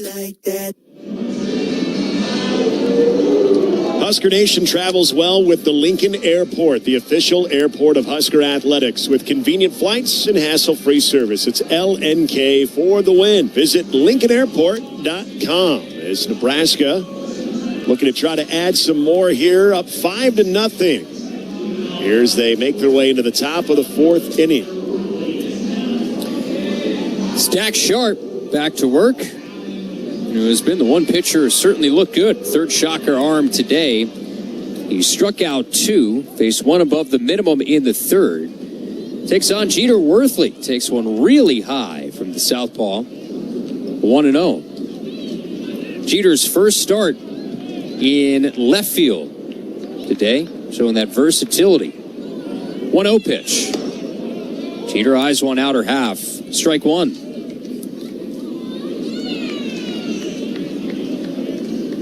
Sharply hit single his last time to center field. Next one to him. He'll swing and smoke another line drive into the gap left center field. This will go all the way to the wall. How many does Jeter want? He stops at 2 with a double. Another multi-hit game for 0. Does a little salsa dance at second base. He's locked in, leadoff double for the Huskers. And it's just so fun to see him going to all fields. This time he goes shopping in the gap there. As funny as he's rounded second, he's looking at Lance Arvell down in the third base coach's box, hoping that he's maybe winding him to get a triple there. That speed, that athleticism, and it's now all syncing up in the batter's box with the hands and just the contact that he's getting right now. 5th multi-hit game for Jeter Worthley. And here's now Case Sanderson. Left-handed hitter. First one, a slow curveball strike inside corner. Huskers 5, Shockers nothing. Top of the fourth inning, leadoff double from Jeter Worthley. His 4th two-bagger of the year. He leads off second. Infield swung to the right. Pitch. Swing and another sharply hit line drive from Sanderson. That's caught by Duncan. Tagging is Worthley. The throw to the cut. And Worthley in head first. Productive out. What did we say the last time Sanderson was to the plate, Nick? As when he lined out to left field, everything is sharp hit line drives right now for the Husker first baseman. It's all coming together for him, whether we're talking about the middle op and those opportunities that he has just been making really a habit of in his college baseball career. But just as I've said, just when you think you have him figured out, you try to shift him one way or the other, then he shows the pull side power. It's just all popping off the bat right now. Infield is coming in to try and choke off the run with 1 out. In the top of the fourth inning, Huskers a 5-0 lead. It's now Jet Buck comes to the plate. Run-scoring single in the first and also struck out. Lefty pitcher, righty batter. Sharp's first pitch, a fastball misses a little bit up and snug for ball 1. With that first inning single, Buck is now hit in 9 consecutive games, has driven in 17 this year. Has the average at a high 377. Pitch goes around on a slow breaking ball. Home plate umpire Brandon Misson says you went around, clenches that fist for strike 1. Exceeded at a really high level at Division II at Washburn University. So far transferring up at some of those offensive numbers. 1-1. Low and in. Another breaking ball. Nice job by Gonzalez to knock it down with the infield all the way in on that artificial surface. You have the different color green for the striations for the outfield and the infield, a darker green and a lighter green. 2-1 pitch. Buck takes one in the dirt, gets away. Worthley, a foot race, head first dive. He's in. Jeter Worthley has all kinds of speed. And he takes off on that ball in the dirt. Got away on the carom from Gonzalez, third base side. And it was a 100-meter dash for the Huskers' 6th run. And that's instinct, too, just reading that down angle on the pitch. And as soon as it just is able to get off to the side of Gonzalez with a little bit of distance, you don't hesitate, because if he does, then there's going to be a play at the plate a lot closer. 3-1. Buck swings, bounces this foul, third base on deck circle. Let's go down as a wild pitch that allows Jeter Worthley to score and make it now 6-0. 6 runs on 6 hits for the Huskers. Team that has won 10 straight. Now the infield relaxes with nobody on. There's 1 out and a payoff. Fisted foul back and right, out of play. Shadows will start to play in effect as we move along. In the middle innings towards the later innings for sure play a much bigger factor. And you have this large raised press box, which doesn't help matters either. Sharp twirls and deals. Fastball is smacked on a line, center field over towards his right as Duncan has to play it on a hop. Multi-hit day for Jet Buck. That average continues to climb for numero uno. Huskers' 7th hit with a 6-0 lead and trying to keep this thing going with just 1 out for DC. Perfect opportunity as Tanner Fowler gets the batting gloves from first base coach Mike Sirianni. A very happy 35th birthday to Tanner Fowler, who is, like last year on the spring break trip, having to work on his birthday. Happy birthday. I didn't know that. Dylan Carey's first pitch is low. Does that make me a bad guy? Because I saw him in the dugout. We did a fist pump. This is when Facebook comes in handy. Okay. He didn't advertise it. The coaches didn't. I just happened to see it this morning. And that is the only way that's true that I know anybody's birthday. That's right. Be fair. Dylan Carey takes a 1-0 low and inside near the cleats. 2 balls, no strikes. Huskers a 6-0 lead. 1 in here in the top of the 4th inning. Well, you heard the Go Big Red chants once again. Getting louder and louder as this one continues to grow and grow in terms of the lead. And with that, Anthony Claggett, the pitching coach, will jog out. There is a lefty starting to get hot in that bullpen down the left field line. Seen a handful of mound visits here for the Wichita State pitching coach. Gave you the layout on them last night for those that hadn't joined us for the 8-1 victory. But it's a Wichita State team that comes in with incredibly big numbers when you're talking about nationally. Top 12 entering the 2-game set. Batting average, hits, home runs, scoring on base, slug, doubles. And just a complete revamp after they lost 13 position players, 19 pitchers that they had to replace, only 6 returning guys from last year's travel roster. That's on the heels of a season. They won just 20 games. That was the lowest in their modern era.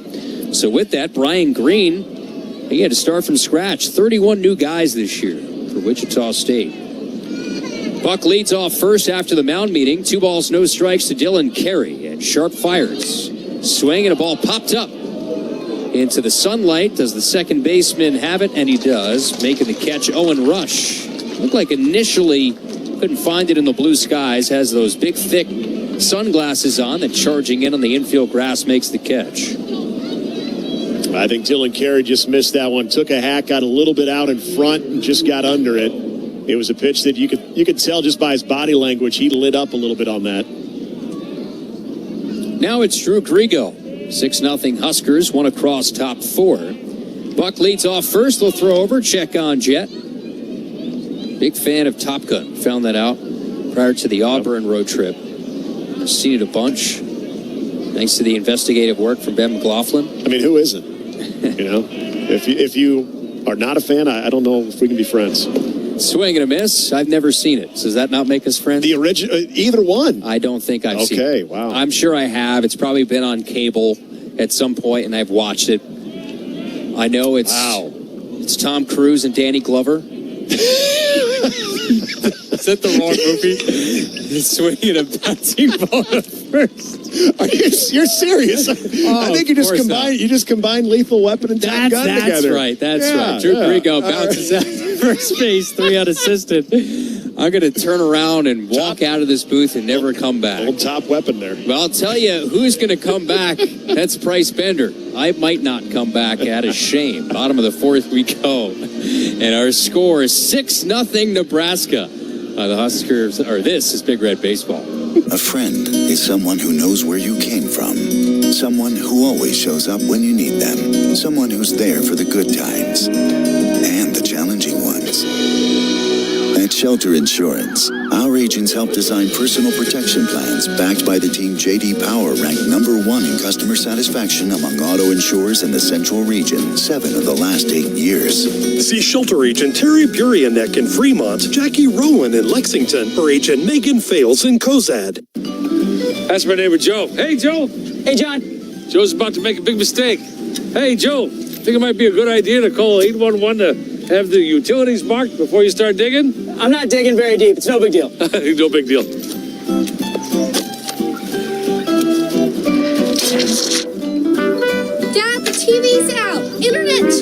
Remember, safe digging always starts with a free call to 811.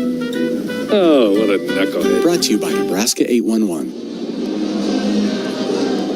It's the Nebraska Lottery's Cash Blast promotion. Buy a 2x2 ticket and enter the voucher number by March 24th for a chance at $5,000 or $500. Your prize is doubled if your winning voucher is from a 7-day draw ticket. 2x2 top prize odds, 1 in 105,000. So what do we call that fictional movie I came up with? Is it? It's either Top Lethal Weapon. Gun? Yeah, it's Lethal Gun or Top Weapon. And Lethal Weapon had quite a few sequels. Top Gun, I guess you could call Maverick the sequel. But 2 for Top Gun. I think 4 for Lethal Weapon. I know 3 for sure. I think there might be 4.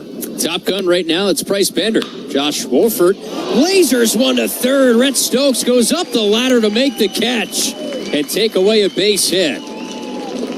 Stokes with those shades on. Again, plus defender. Wherever you want to put him in the infield, third, short, second, he is a guy that you can rely on.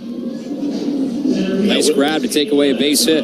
Will Bolt told me before the game, asking about Rhett Stokes, as we just see him continue to be that selfless player. He just said he's a winner, and he's played on winning teams. Here's Caleb Duncan, right-handed hitter. First pitch, fastball outer half from Bender. 6-0. Nebraska leads, looking for a 2-game sweep of Wichita State. 1 strike pitch. Bounce foul. And you think of the pitching plan, too, of the amount of guys that maybe you expect to see today for Nebraska, that probably the thought was maybe you get Price through maybe just one time through the order, maybe a second time. You'd feel pretty good about it. 0-2. Sidearm delivery is fouled off behind home plate, but now he has an opportunity to at least get you through 4 here with nothing but goose eggs on the board. Rob Childers loves to see those types of response when you've had that rocky previous outing. And we know Price did over the weekend. And I know up to this point, Coach Childers is loving what he's seen from 6. 2-strike pitch is tumbled on the ground is short. Nice snag by Carey, glove side. Throws out Duncan on the run. Again, that is a kind of a hidden storyline in this game. The health of Dylan Carey, moving around, pretty spry. And a really good sign for the Huskers. Talked to Will Jeske down in the dugout today as well. He's feeling much better. He was smacking that ball around at BP. He was drilling that thing. But the issue is just kind of getting back to running. Yeah.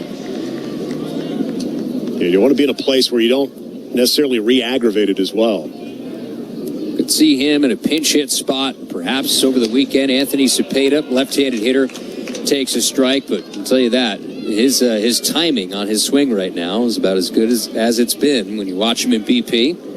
There's the frustrating part of the lower half issue with any ball player. Next is cut on and missed. 0-2. That's a whole part of this lineup that you've been missing. And there's a massive spark whenever he gets a chance to come back. Bender works quickly. 0-2. Fastball high, 1 ball, 2 strikes. Well, and what's going to be interesting, too, is to see his timing in the outfield, because remember, making that transition from catcher a year ago and really working with Lance Sarvell in the offseason to be that left fielder. 1-2, that missed somewhere. That's a little bit up. But you get that more consistent timing, and then all of a sudden it comes to a halt for injury. You hope that he's able to pick up from where he left off. Bender winds and fires at 2-2. Cepeda takes low and inside 3-2. Yeah, not just the whole running aspect, but getting a feel again defensively in the outfield. That might take a bit. So who knows when he comes back? Does he DH a little bit before they get him full-time outfield? Payoff pitch is outside. Just missed on the fastball. And Cepeda with 2 outs. He'll reach on a full count walk. Huskers a comfortable 6-0 lead, bottom of the 4th inning. And now it's up to Owen Rush. Just his 8th start today. Only had 18 at-bats coming into this start. He walked his first time to the plate on 4 pitches. Did not play last night. Redshirt junior from right here in Wichita, Kansas. Left-handed hitter goes around on a soar. Pitch diving low and in.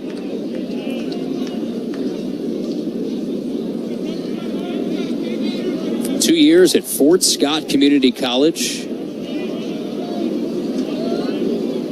Bender from the stretch, runner off first. 0-1. Yank foul first base side. 0-2. Rush was a Gold Glover at the JUCO level at shortstop. And here getting the start at second base. He was an all-league player in football and basketball in high school. One of those really, really good athletes. Owen Rush. Defense is straight up for Bender's 0-2. Fastball high and away. Played 98 games at JUCO. Hit 350 over that span. Crowd wants a strikeout. Those Husker fans making the trip. Instead, Bender throws over to first. You'll be able to hear the amount of Husker fans that are here that will clap in unison for a third strike.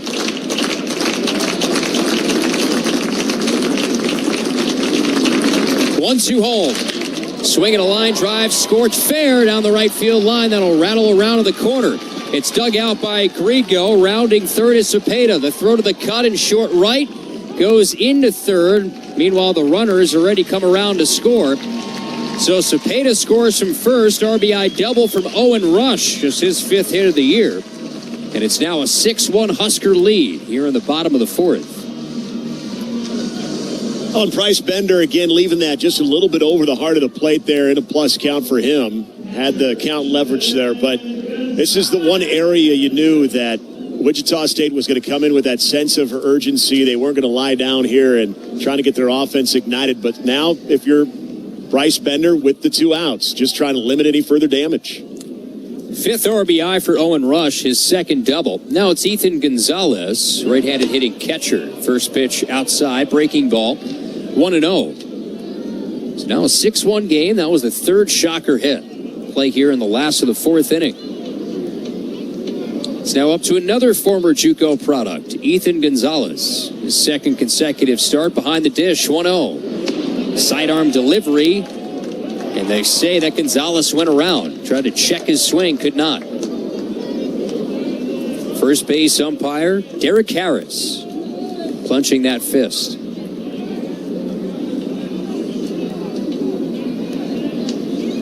Bender from the stretch, downhill. Sidearm delivery outside. Last night, runners in scoring position for Wichita State, hitless in 11 tries. They were 3 of 15 with runners on base. They had a pivotal moment late in the 8th inning. Bases juiced. Down 4 runs. 2-1. That's in the dirt. Knocked down by Trey Fike, sliding to his right, ball 3. And then it was Jay-Sean Unger's turn as he got a big strikeout in that frame. Meanwhile, Rob Childress looks like he's going to go to potentially a new pitcher here. Well, Tucker Timmerman just got loose now, so this might be just a chat. Yeah, and prolong the process of getting 32 good and ready. So it is Timmerman, the righty, down the right field line, just getting hot. So Childress, long conversation here with Bryce Bender. Got 2 quick outs in this inning, starting with a sparkling leaping catch from Rhett Stokes in his first start at third. And a ground ball of Caleb Duncan is short. Full count walk and an RBI double from Owen Rush. Now dealing with the 9-batter Ethan Gonzalez. Huskers still a big cushion here, a 6-1 lead. Maybe that's part of the conversation here with Rob Childress. Just to have confidence in your stuff with a lead, trust your defense. Ask Coach Childress how that left arm was feeling in the pregame, throwing a lot of BP because the Huskers have seen a lot of left-handed starters. He's been active during BP this season. Well, and it kind of goes back to that timing we talked about, what the plan was for Price. Now you're about ready to make your 3rd trip through the order after this hitter. Chest high set. Long stare to second. Home. That's fisted in the air. Behind home plate. Fikes from sunlight to shadow. Watches that sail underneath us. Foul ball. Is there a catch made by a fan down there? Well, I believe it was off the ricochet, but they're definitely encouraging. Yeah, you know. When it ricochets and then you bobble it, there's some shame there. But if you can make a clean catch and maybe style it a little bit when you do it, all the better. Runner will get a jump and rush, leading off second, 3-2 with 2 gone. Bender fires. It's lofted in the air. Down the right field line. Long run for Grigo into foul ground that bangs off the sidewall foul. And wouldn't you know it, Grigo's hat is resting in straightaway right field. And Grigo's all the way in the right field corner. Well, Jet Buck picking up that loose ball off the ricochet, throwing it to the Husker bullpen. So we'll do the 3-2 again here with 2 outs. It is quite the sight to see with that big American flag in right center field, just absolutely still. That is a very uncommon occurrence at this ballpark, especially when these teams have played in the past. Even the smaller flags that surround us on the bleachers are limp right now as well. So 3-2 with 2 outs. Run across in the inning for Wichita State. They're down 6-1. Big pitch here for Price Bender. Payoff on its way. Fastball, strike 3. A punchy for Price. And that strands a runner in scoring position. Wins the battle. And if that ends the day for Price Bender, tip of the cap to you. Number 6. 1 across in the frame. 1 hit and 1 left. We're now through 4 to the 5th we go. Nebraska 6, Wichita State 1. This is Big Red Baseball. You expect your home to protect everything you love, but you don't expect the ways water is breaking down your basement and damaging your home. Mold, cracks, and of course visible water are just a few signs your basement is compromised. But there's one way to get answers to all your concerns. A free home inspection from Groundworks. We put water back in its place. Get your free inspection at groundworks.com. License number C142293. To be a part of Nebraska medicine. Hi, welcome. Is to be a part of something extraordinary. Nebraska medicine, how may I help you? Because these are the doors that open doors. How are you? To growth and opportunity for each other and for our community. That went really well. For those who know that the academic experience. You know what? I agree. The life experience that you get here is beyond what you can get anywhere else. And that's exactly why here is where you belong. Join us at nebraskamed.com/careers. Nebraska Medicine. Together, extraordinary. 1 of every 3 fatal crashes in Nebraska involves an alcohol-impaired driver. If you drink, don't drive. Impaired driving is deceptively dangerous. From the NDOT Highway Safety Office. Huskers 6, Shockers 1. Now through 4. We play now in the top of the 5th inning. Kudos to Price Bender getting a big strikeout to prevent any snowball from rolling down the hill. 4 innings for the Husker starter, 3 hits, a run, 2 walks, and 3 Ks. It was a bounce back spot coming in, and for him, he certainly has bounced back to this point. Now bouncing back to the microphone, trying to get some more runs. Here's Nick. Thank you, Kyle. Be bottom 3rd for Nebraska.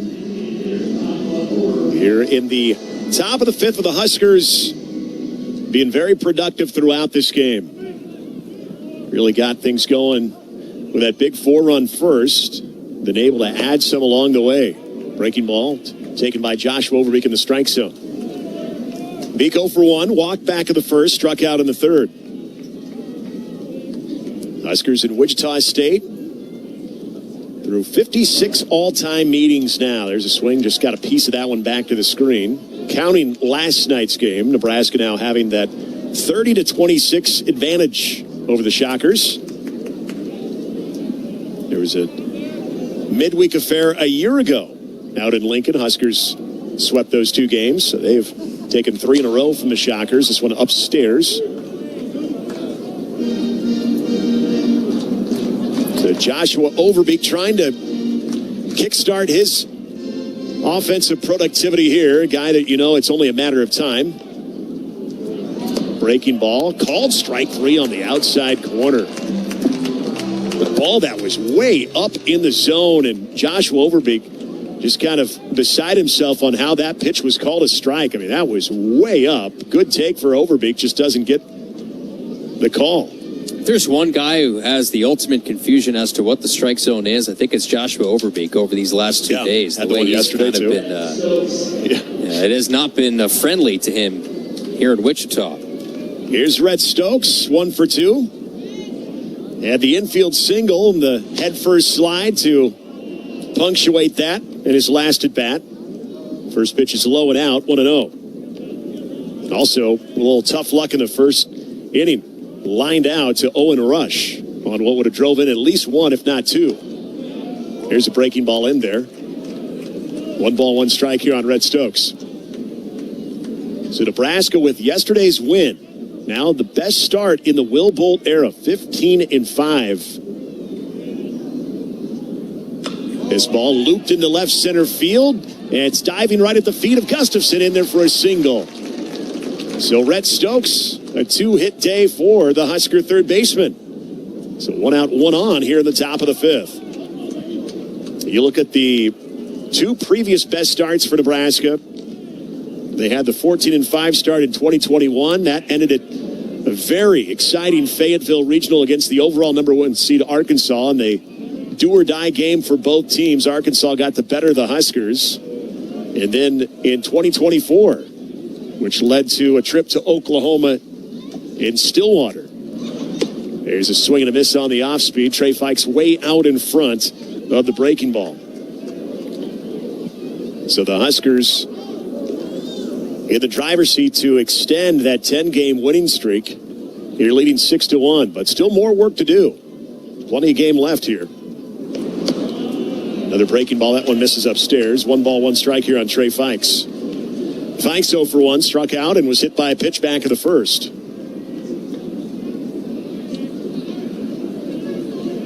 Nebraska and Wichita State, really over the last decade, have always tried to hook up in a midweek. There's a swing and a miss. Another looping curveball. So now Trey Fikes down to the count 1-2. With the proximity, you're always looking for those midweek opponents. You don't have to travel very far. Wichita State always good about returning those trips as well. Between Kansas, Wichita State, and K-State, and really being within a 3 to 4 hour drive of those Kansas schools. This ball is shot into right field, sending Cepeda back towards the warning track. Will make the catch, leaping to the warning track, and now heading back to first is Rhett Stokes. Kind of it timed it well. Cepeda, who runs extremely well. We saw that speed in last night's game, but had a very graceful catch there towards the warning track as he secured that for the second out. Yeah, that's never an easy play. Almost kind of you turn your back towards home plate. He had to go back a long way to make that catch. Fikes gave it a ride. Back to the top of the order, Mac Moyer. Here working against Dax Sharp. Fastball down the middle. Mac Moyer today, a rare hitless afternoon so far. Walked and scored back in the first, so doing other Mac Moyer things and setting the table to get this game going. Reached on a fielder's choice as the Huskers batted around there in the first. And then grounded out to first base in the third. Moyer hitting .419 on the season. You think about the Major League Baseball lineage in this game we mentioned. Mike Sweeney, they have Rhett Stokes picked off as they go to first. Now caught in between the defenders, runs into the first baseman. And now we got a little bit of a skirmish over at first base. A shove was thrown, and now first base umpire Derek Harris steps in the middle. Dugouts for the moment start to empty, but order is restored very quickly on just a little bit of a shove between Sweeney and Rhett Stokes. That will retire the side. So why not a little bit of competitiveness between the two schools as Rhett Stokes got surrounded by 3 shockers pretty fast there. So nothing doing it in the 5th for Nebraska. No runs off 1 hit, no errors, 1 runner left. No runners left on base as Rhett Stokes was picked off. So we go to the bottom of the 5th, halfway home. Huskers leading 6-1 here on the Huskers Radio Network. Feel like you're always on the run? Me too. As an independent financial professional, I help all kinds of busy people. Young families planning for college, couples working toward retirement, people securing their legacy. Wherever you are in life, Emeritus can help you get more out of life with insurance, employee benefits, and financial services. You're moving fast. Let's help make sure you're on the path to a fulfilling life. Find your next step at emeritus.com. Insurance products issued by Emeritus Life Insurance Corp. Every machine has a story. Early mornings, long harvests, years of hard work. When the time comes to sell, AuctionTime.com helps make sure the world sees that equipment. Whether you're selling one piece of equipment or planning a retirement auction, start by knowing what it's worth. At Auction Time, we'll help you start with a free equipment valuation and plan the best way to sell. Call 402-458-4570. That's 402-458-4570. AuctionTime.com. Local expertise, worldwide buyers. Woodhouse has been a trusted partner in your everyday since 1975. Shop for your next vehicle with the home team at Woodhouse and the official auto dealer of Nebraska Athletics. We have a Nebraska 811 pitching change. Contact 811 2 days before you dig to protect your underground utilities and yourself. It's free. It's easy. It's the law. Bottom of the fifth, and the Huskers lead 6-1 over Wichita State. Price Bender, his day is done. His numbers: 4 innings, 3 hits, a run which was earned, 2 walks, 3 Ks. Give way for Tucker Timmerman, tall righty, the junior, at 6'3", 215. And Timmerman's numbers this year: 5.62 ERA. Doesn't have a win or a loss. This will be his 6th appearance out of the pen. 8 innings, 9 hits, 5 runs, all earned, 2 walks, 8 Ks, and batters .310 against him. So it will be Tucker Timmerman here against Wichita State in the bottom of the 5th. Good to see Tucker Timmerman out there. I know Rob Childress wanted to get him active. One of those arms you know you're going to need. So Tucker Timmerman will work against the top of the Wichita State order with Jaden Gustafson leading things off for the Shockers here in their half of the 5th. Gustafson 0 for 2. Tucker Timmerman work from the stretch. This one popped up into left field, working its way foul and making its way over towards the Wichita State bullpen. So one pitch in there for a long high strike. Tucker Timmerman out of Beatrice. Last appearance here this season for Tuck was against Maine, where he went 1 2/3 in that crazy come-from-behind victory for Nebraska to complete the series sweep. There's the cutter in there for strike 2. Will Boltnick had all the guys that weren't on the field, obviously, in the dugout, all huddled up the first few pitches of this inning, probably saying, hey, we're not going to let this thing snowball after the end of that inning. There's a swing and a miss. Going to have to throw down to first to complete the strikeout. Trey Fikes does so over to Case Sanderson. Tucker Timmerman able to get the first hitter he sees here in the bottom of the 5th. So Tuck again going 1 2/3 in that outing against Maine. Also threw against South Dakota State during that homestand. It's pretty solid in his appearance. Only scattering 1 hit, didn't allow a run. Got a strikeout as well. That'll bring up Alex Uloa. Looks at an off-speed just outside.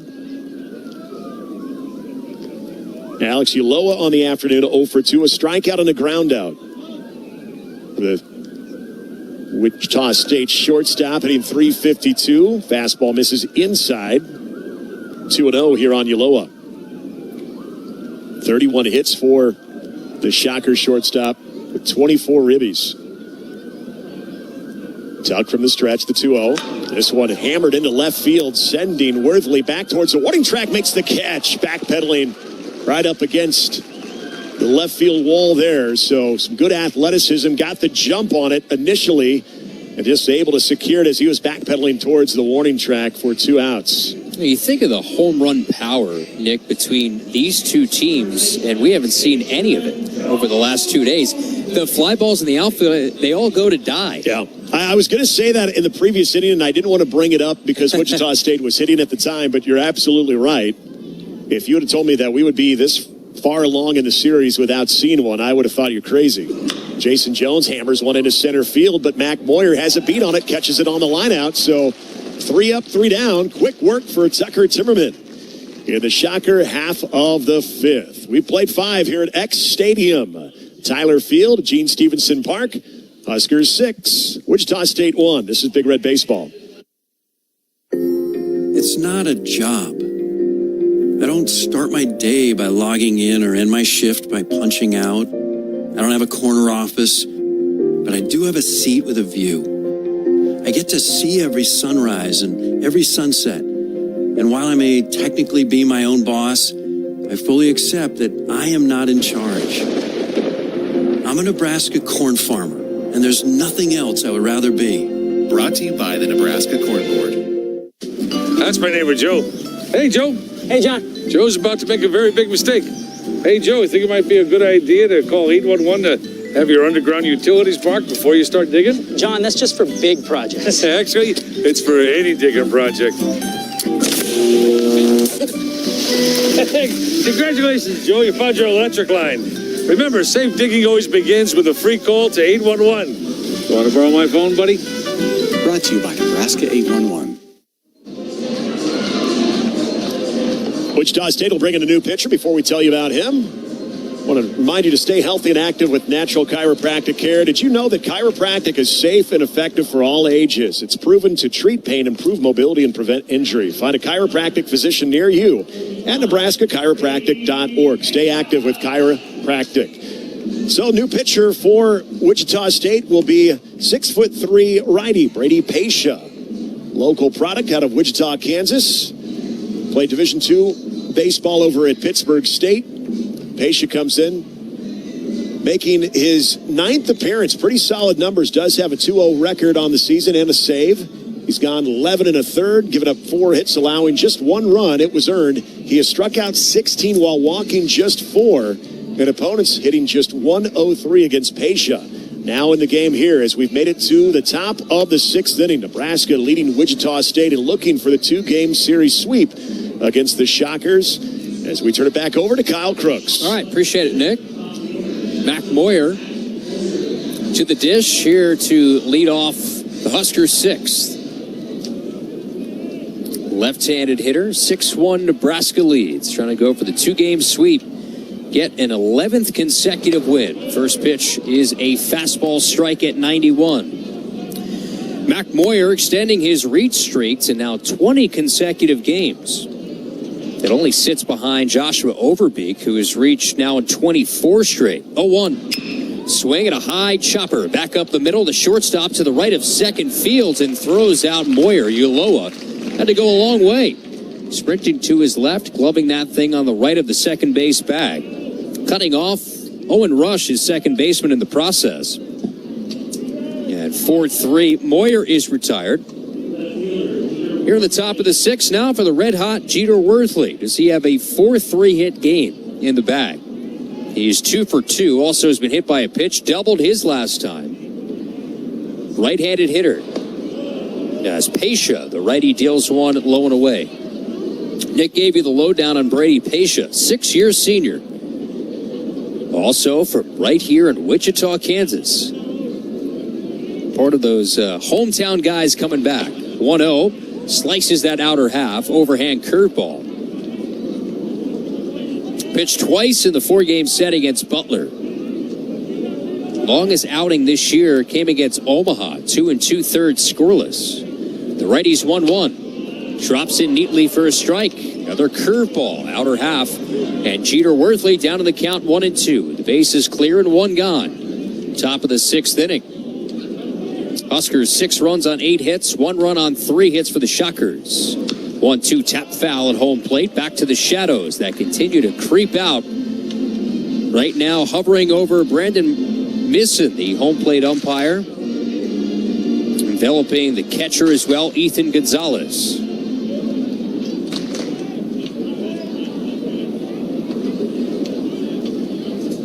Pasha rocks and deals. Cued foul, first base side, high bounding ball that slowly escapes into that Nebraska dugout, first base side.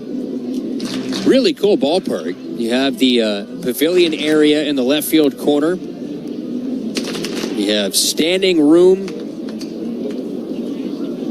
viewing areas as Worthley sends a high chopper to third. Throw across is well wide. Worthley will take off on the air and throw from Jones. Head down to second on the E5. Ball was still rattling around in foul right territory. Finally picked up by the first baseman, M.J. Sweeney. And it was fielded cleanly, was essentially a Sunday hop on a Wednesday. And Jason Jones just sailed that thing home plate side of first to foul territory. So Worthley's on base. And now that sets up Jeter here in scoring position. I'll tell you what, too. I mean, it's a Wichita State team that has not played well defensively here this week and really this season. That's their third error. They have 30 errors as a team this year. They entered in just 965 fielding. And now it's Case Sanderson to the plate. Left-handed swinger. Tomahawks one foul behind home.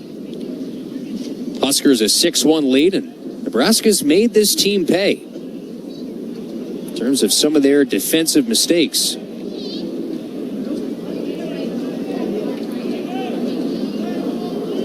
Worthy leads off second. Pescia, he's middle of the rubber. Spins it in outside. Try to zip in a fastball. Just a little bit up and out to Sanderson. Yeah, Kyle, that's been a positive development with this Husker team, too. We saw a little bit with that Michigan State series and against North Dakota State with maybe mishandling the baseball, but good teams make teams pay for that. Nebraska has. Next pitch, a rocket line drive into center, dipping and caught by the center fielder Duncan. Throws to the cut at short. Worthley backtracks to second base. What do you know? A third consecutive sharply hit line drive. Also an RBI single from Sanderson on the day. He's put it on the barrel all 4 trips to the plate. Well, and you think about, I go back to that ability to go middle opposite. You know, you're going to try to work some pitches in on the hands a little bit and see if he can beat you there. And, of course, we saw Michigan State try to do that in the 10th inning in that first game, and you see the result.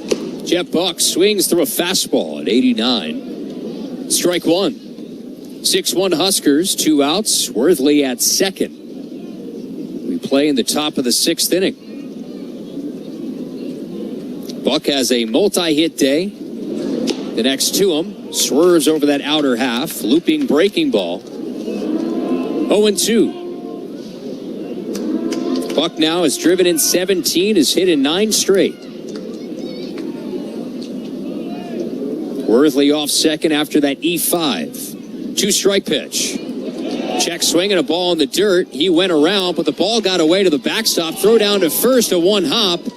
As Worthley came around to score, but the runner was out at first base. The throw did beat Jet Buck. It was close enough, and then Worthley, I mean, he was running all the way with 2 outs, and he would have scored had that throw not been there in time.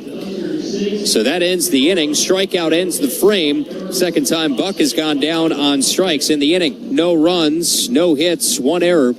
And for the Huskers, 1 left on base. Middle of 6, Nebraska 6, Wichita State 1 on the Huskers Radio Network.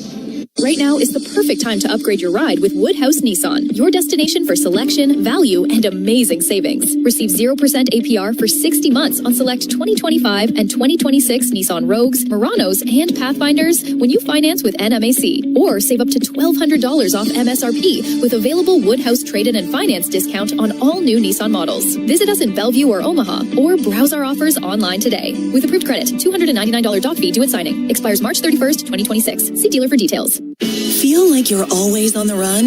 Me too. As an independent financial professional, I help all kinds of busy people. Young families planning for college, couples working toward retirement, people securing their legacy. Wherever you are in life, Emeritus can help you get more out of life with insurance, employee benefits, and financial services. You're moving fast. Let's help make sure you're on the path to a fulfilling life. Find your next step at emeritus.com. Insurance products issued by Emeritus Life Insurance Corp. Let's pause 15 seconds for station identification on the Huskers Radio Network.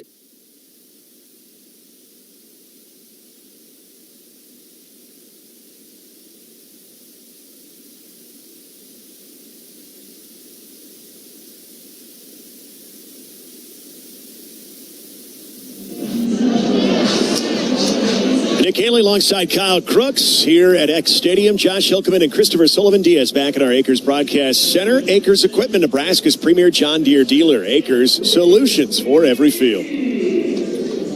MJ Sweeney leads it off for the Shockers. 6-1 Nebraska, bottom of the 6th inning. Tucker Timmerman back to work. A 7-pitch frame his first time out. First delivery is a high bouncer to second. Glove shovel from Jet Buck. He would glove side, corral it, and then just flick it from the glove right to Sanderson. Deep in the bag of tricks for Jet Buck for out number one. All right, and there was just an element of absolute owning that with that getting the ball in the glove, immediately out of the glove, and then just kind of a strut afterwards like, yeah, you guys were worried about this? I mean, there was confidence written all over that play by Jet Buck. What a play. Josh Wolford, right-handed hitter. Timmerman deals a strike, fastball at 90. Yeah, that was really impressive. Buck was playing deep at second. He had to run a long way in. 0-1. Wolford drills this on the ground, foul of third. Charging it all the way almost near that infield grass, or turf in this case. Got it glove side, and they just flick that thing on to Case Sanderson. Timmerman works quick, waits for Josh Wolford to dig back in. 2-strike pitch.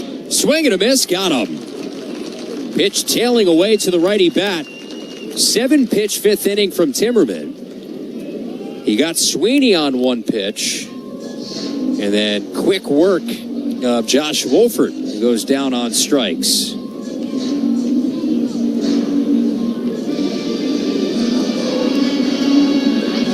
It looks like we're going to get a pinch hitter in here. Jacob Gutierrez is now going to hit here for Caleb Duncan.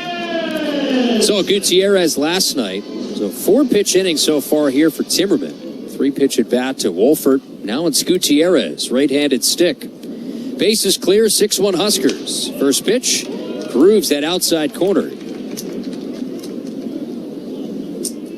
This is what you like to see.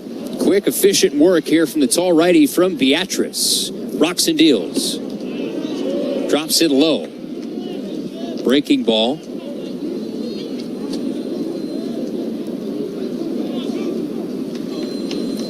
Comes set at the chest in the sunlight. 1-1. Swing and miss. Got it past him. 87. Caleb Duncan down on the count now. Jacob Gutierrez down on the count 1-2. And the pitch to him. Blowing away. Slider bending away to the right-handed hitter. Mentioned that we saw Gutierrez last night. Pinch hit spot. He's 0 for 1. He's 4 of 11 on the season. Not a whole lot of opportunity. 2-2 home. Swinging a ground ball back up the middle. Carry to his left. Gloves in back of second. Throws on the run. Gets Gutierrez for the final out of the inning. It's been a sparkling display at short from Dylan Carey today. And for the Shockers, 4, 5, and 6 goes down in order. Strikeout in the inning for Tucker Timmerman as he continues to work fairly quickly. Just 11 pitches in his relief appearance to get through 2 innings. We're now on to the 7th. Huskers 6, Shockers 1. This is Big Red Baseball. Nothing ruins a good game like a plumbing curveball. Whether it's a clogged drain, leaky water heater, or a sump pump quitting at the worst time, John Henry's is here with service professionals who explain your options and get it done right. From quick repairs to full replacements, we protect your home and your weekend. Proud to be an official partner of Husker Baseball. Make the easy call to John Henry's today. 435-5555. John Henry's Plumbing. And electrical. Every machine has a story. Early mornings, long harvests, years of hard work. When the time comes to sell, AuctionTime.com helps make sure the world sees that equipment. Whether you're selling one piece of equipment or planning a retirement auction, start by knowing what it's worth. At Auction Time, we'll help you start with a free equipment valuation and plan the best way to sell. Call 402-458-4570. That's 402-458-4570. AuctionTime.com. Local expertise, worldwide buyers.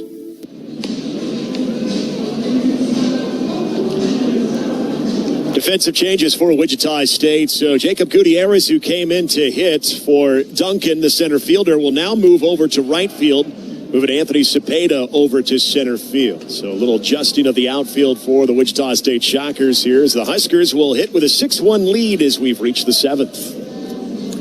Dylan Carey leads it off here in the 7th inning. Husker fans getting a treat. For those that looking down to my right, a couple of young fans with giant foam pieces of corn on their head. That's right there. That encapsulates the environment here in X Stadium. Still a carry, swings at the first pitch, sends one sky high, back and right. And Gonzalez watches that one plink off the cement, and then plinko on down just behind the Husker dugout. By the youngster with the aforementioned cornhead right there. Yeah, there's two of them down there, two youngsters. Yeah. Going to see if I can maybe buy one of those off of them. Back to it. We'll get to a story from last night at dinner, by the way. Dylan Carey takes the next one high and away. First of all, before you do this, because this is a great story, I want you to maybe see if you can buy one and drive it back to Lincoln. Wearing it. Yeah, wearing it. So as people are passing by, they see I'll you be waving, screaming, "Go Big Red" on my way back to Lincoln. You might as well have a prop. Everybody will be driving back the other way. 1-1 as Carey checked his swing, took high and away, 2 balls and a strike. What was the name of the restaurant last night? Old Chicago. Old Chicago. Yes, good to see one out here. We were sitting, and there was a great table next to us. Guy just kind of walking around the restaurant. I think he was done. 2-1, that bounces in, 3 balls and a strike. He was on his way out. Not sure. He's wearing a sweatshirt. Not sure what it said. The one gentleman at that table said, "Hey, can I buy that off of you?" Yeah. And I think it said Chicago because I thought the guy said he got it at O'Hare. And so I think it just said Chicago. So it was a navy blue sweater. 3-1. Carey swings. Rocket line drive over second. Base hit center field. DC, again, north of 200 career hits. Has a pair of ribbies today, couple of hits, and he's on to lead off the Huskers 7th with Nebraska in front 6-1. So he asked the guy, "Hey, can I buy this from you?" And I mean, usually there's a hesitation because it's quite literally the shirt off your back. Yep. And he did. He just ripped off the sweater, and I think he paid $2 for it. That's what surprised me the most. You saw the cash exchange. I just assumed there might be a pair of singles. Yeah, I thought there'd be maybe a pair of 20s. Here's Drew Grigo as Pescia deals, and that's fouled back and right out of play. Now, in all fairness, both Kyle and myself, we did not get a look at what was on the front of the sweater, so we didn't know what it was actually worth. But this guy was more than happy to unload it.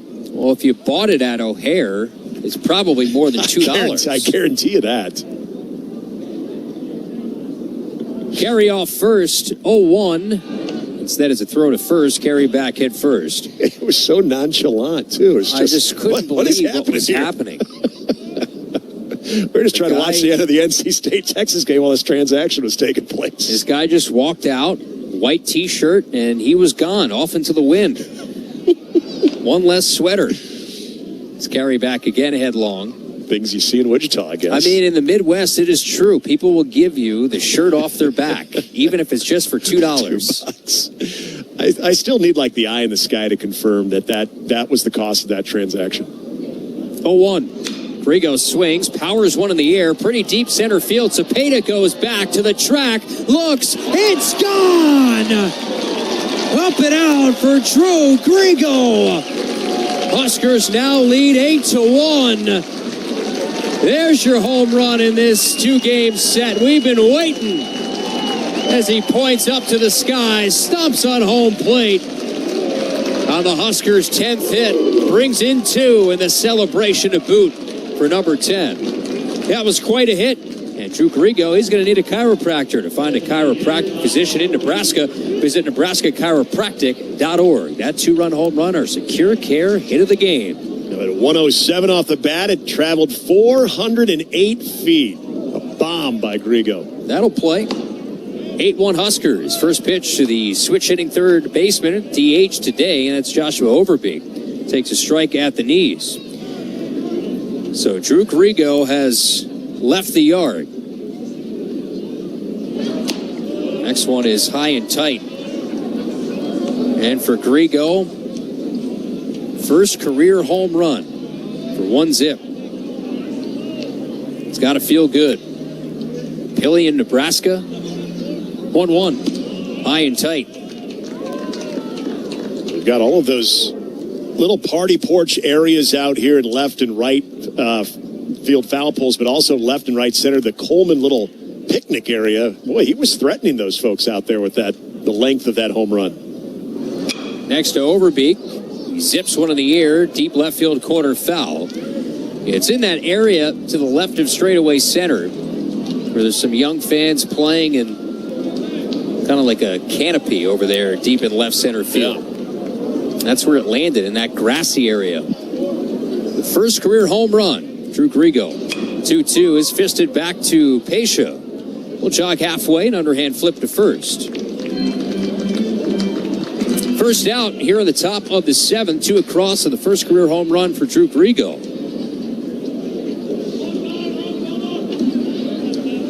That thing just kept going and going. And we had not seen a whole lot of traveling fly balls. Get to really the warning track here in this 2-game set. And now we'll have Anthony Claggett go out for his meeting on the mound, and it will be Rhett Stokes to the plate. Do have a lefty getting warm. That's Eitaro Hayashi. We saw him earlier getting hot. How about the feeling again? Drew Grigo today, what is his 9th career start, 5th in right field, grabbing a hold of one of those corner outfield spots. It's going to be hard to keep him out of the lineup. We saw consistently he was on base. He was on base 4 times yesterday, as we'll have a Nebraska 8-1-1 pitching change, and now has his first career home run here today. Contact 811 2 days before you dig to protect your underground utilities and yourself. It's free. It's easy. It's the law. We'll tell you about the new arm here for Wichita State 8-1 Huskers. Top 7 on the Huskers Radio Network. That's my neighbor Joe. Hey, Joe. Hey, John. Joe's about to make a big mistake. Hey, Joe. Think it might be a good idea to call 811 to have the utilities marked before you start digging? I'm not digging very deep. It's no big deal. No big deal.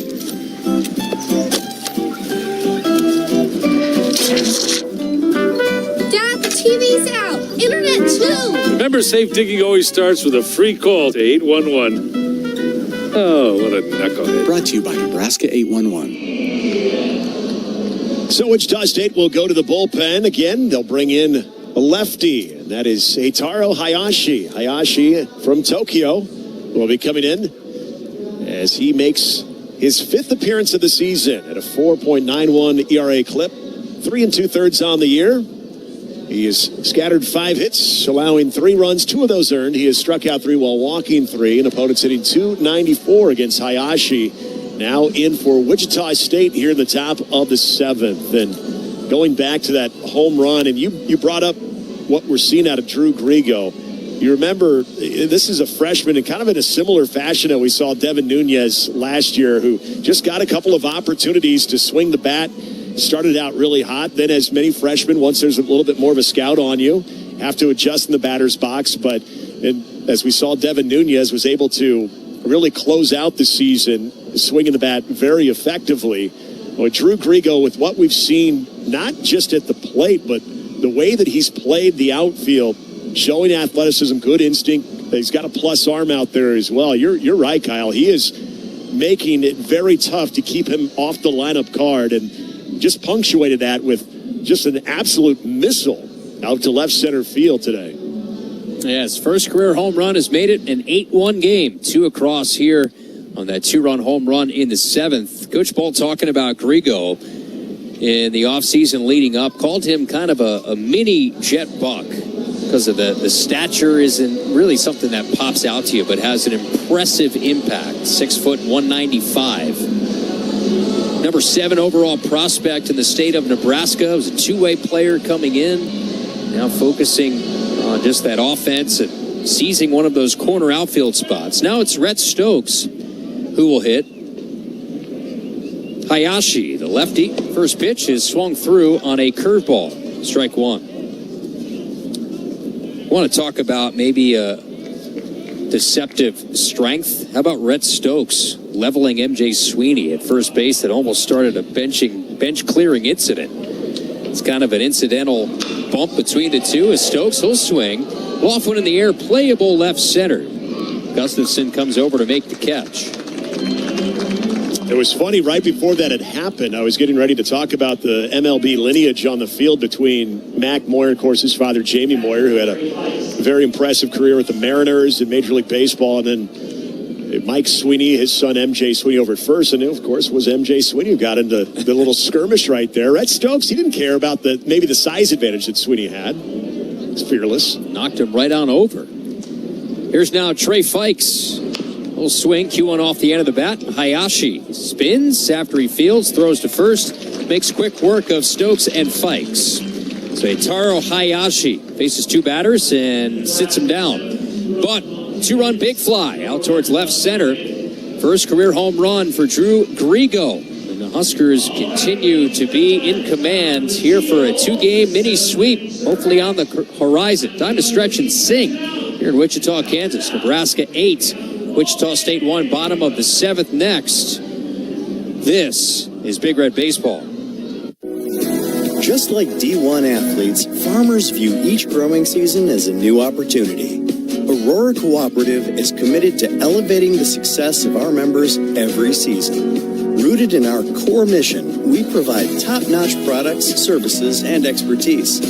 Our strong work ethic mirrors that of the Huskers, driving success. Choose Aurora Cooperative, your partner in elevating agriculture. Go Big Red! To be a part of Nebraska medicine. Hi, welcome. Is to be a part of something extraordinary. Nebraska medicine, how may I help you? Because these are the doors that open doors. How are you? To growth and opportunity for each other and for our community. That went really well. For those who know that the academic experience. You know what? I agree. The life experience that you get here is beyond what you can get anywhere else. And that's exactly why here is where you belong. Join us at nebraskamed.com/careers. Nebraska Medicine. Together, extraordinary. And Nebraska will go to the bullpen as they will call on the 5'11" lefty out of Raymore, Missouri, Chase Olson. Chase will come in here in the bottom of the 7th with a 2.70 earned run average, 1-0 on the year. This will be his 5th appearance of the season. He's gone 3 1/3, given up 5 hits, allowing just 1 run it was earned. He has struck out 4 while walking just 1. Opponent's hitting .357 against Chase Olson, who comes in after a really solid relief outing by Tucker Timmerman as the Huskers lead it 8-1, identical score that they won by last night against Wichita State here in the bottom of the 7th. Yeah, matching scores. Another 10-plus hit performance from the Husker offense today. Highlighted by Grigo in the last half inning. 2-run home run out to left center field. Huskers looking to get to an 11th consecutive win, 16-5 to the first 21 games. It's the 7th time in the last 9 they've had at least 10 hits in a game, 15th overall in the season. Came in this 10-game win streak, hitting .314 as a club during that stretch. Here's now Anthony Cepeda, left-handed hitting now center fielder. The lefty Chase Olson whips in a strike, center cut. 88 miles an hour for the lefty that packs a punch, works quickly. Shakes off the first, has that red glove in front of the red jersey, gray pants. Leg kick 0-1. Bends outside and low. Michigan on the horizon. 3-game Big Ten series. Huskers with the win would get over 500 in true road games this year. 1-1. Breaking ball misses a little bit outside. 2-1. Get them to 3-2 away from home after what was a perfect 9-0 homestand. Nebraska is spending this entire week away from Lincoln. 2-1. Fastball outside, ball 3. You know what's interesting, too? You look at the weather in Lincoln this weekend. You know, it's supposed to be in the 80s. 84, 91 on Saturday. And the Huskers are going to be in Ann Arbor. Be a perfect weekend to have a series at Hawks Field. 3-1. Check to swing, but takes a strike. Outer paint at 90. Count now full to Anthony Cepeda.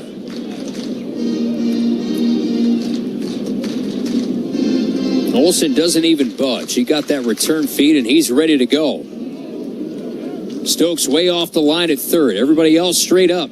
Carry a little bit pinched up the middle, payoff. Fastball is lofted back and left out of play. 8-1 Huskers lead. This Wichita State team that had put up all those numbers, 77 runs in 4 games, held to 3 hits. Today it's 7 hits, just 1 run last night. Again, without 2 of their biggest bats in the lineup is the caveat. Olsen unleashes home. Fastball, strike three, got him. Outer paint at the knees. A punch out for Olsen. 1 out. Nice way to start the frame. Meanwhile, Evan Escobar is now going to pinch hit in the 8th spot for Owen Rush.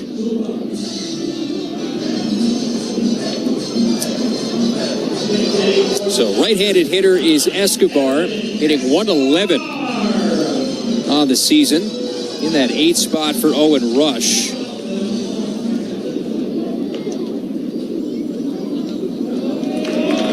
First pitch. They say that Escobar went around for strike one. No balls and a strike. 8-1 Nebraska in front of the Shockers. The lefty's 0-1. Drops in a little low. 1 ball, 1 strike.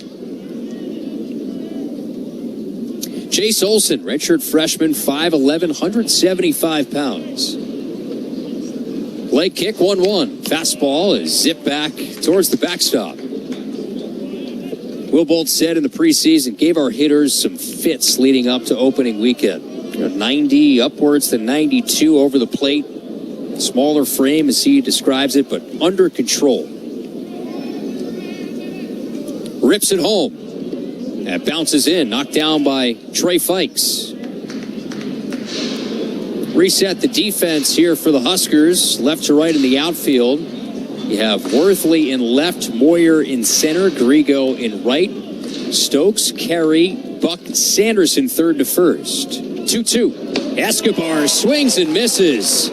Off speed, and Olsen 2 up, 2 down with 2 Ks. Even Trey Fikes was fired up on that one. His guys hitting his spots, and that's the thing about Chase Olsen we talked about. We saw this in the Grand Canyon game, his debut of the 26th season, and that's what he did. Worked very quick, hit spots. He allows your defense to get into the rhythm, too. They like playing behind him. First pitch now sent in to Ethan Gonzalez. It's a curveball strike outside corner. Nebraska 8, Wichita State 1. 2 outs, bottom of the 7th. Bases are empty. Pitch. That bounces in after 2 sterling innings from Tucker Timmerman. Solid start from Bryce Bender. 4 frames of work, an earned run on 3 hits. Silencing this red hot coming in Wichita State offense. Olsen is ready. Wind and pitch. That dives low and inside for ball 2. Olsen, fastball, slider, change.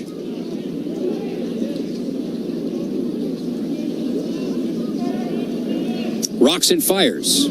Swing and a miss. Got him on that breaking ball again. 2-2 here with 2 out.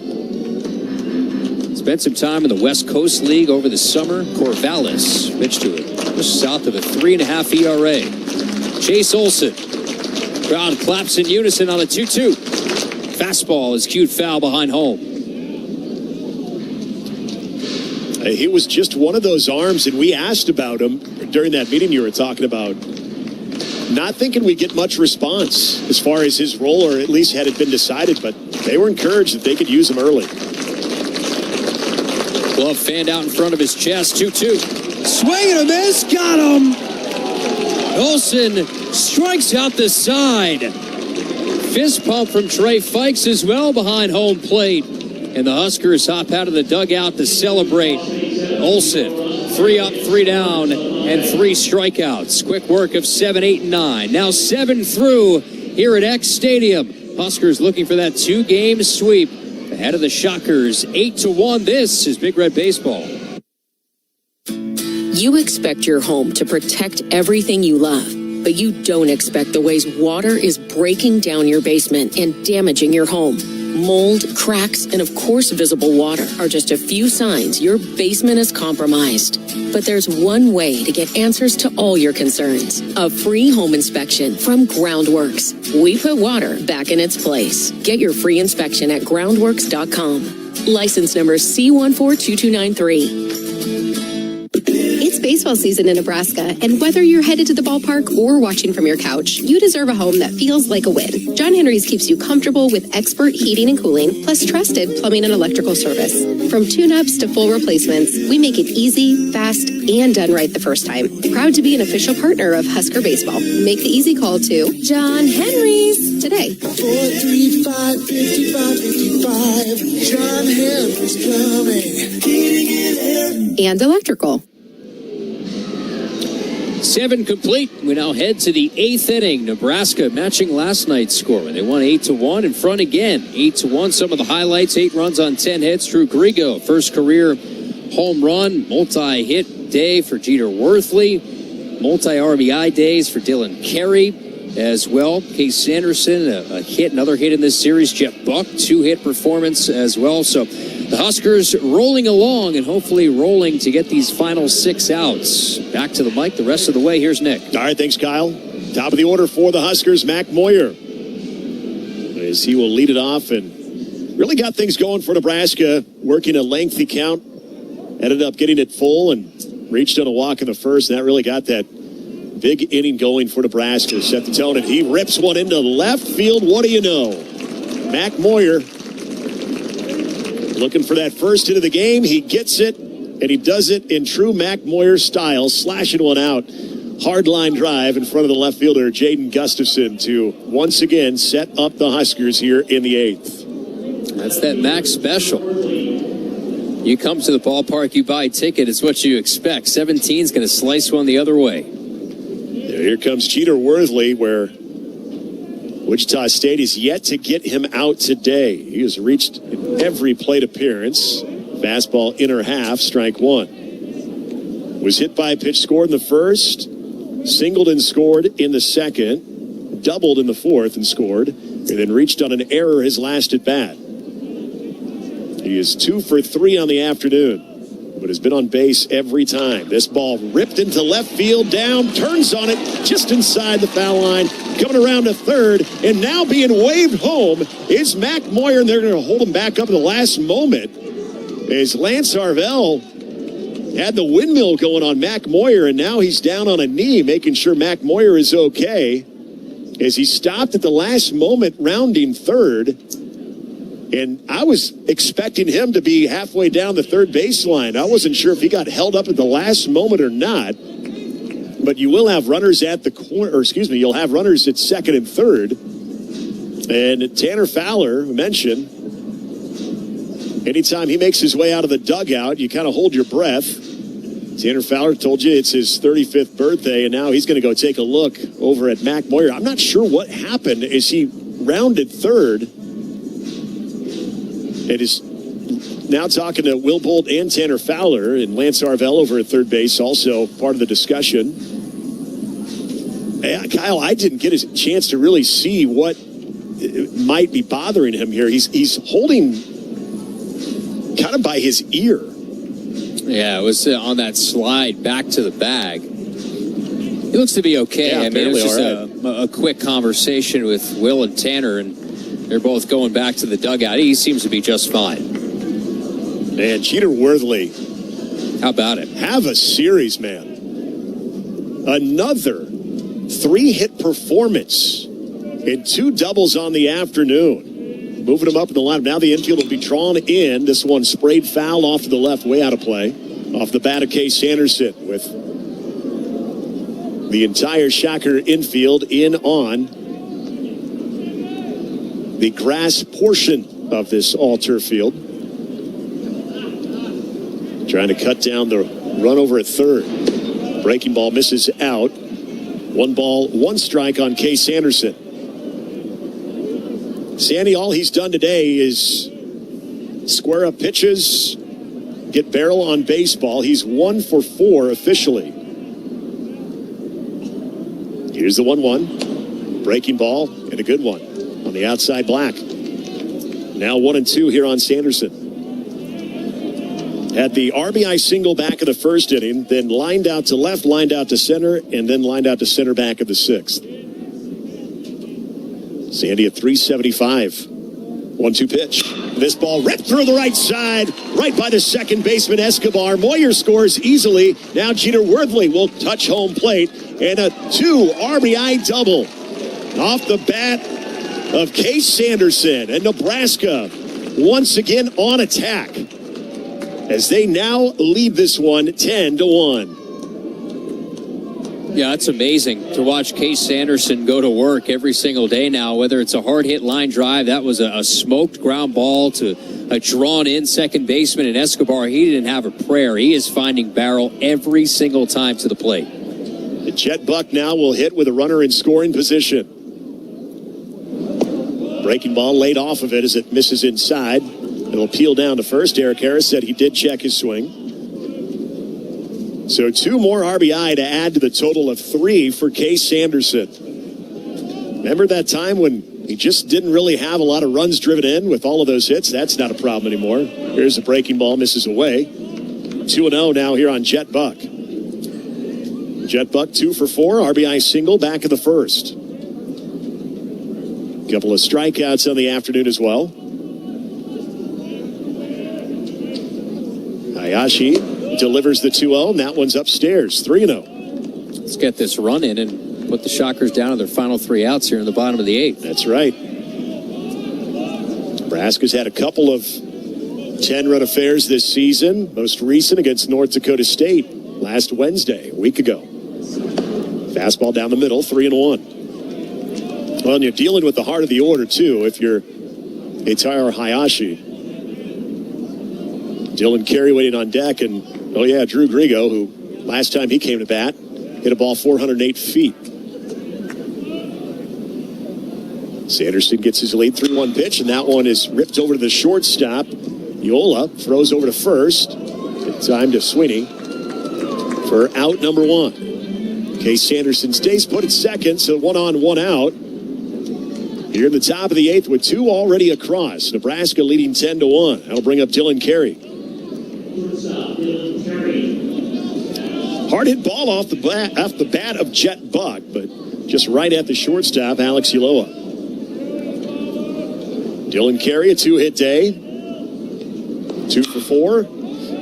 Sends this one high into right field. Waiting for it is Gutierrez. Now makes the catch, and Case Sanderson will stay put as he retreats back to second base. So now 2 outs. It'll be up to Drew Grigo to try to get that potential 11th run that would give Nebraska a 10-run lead.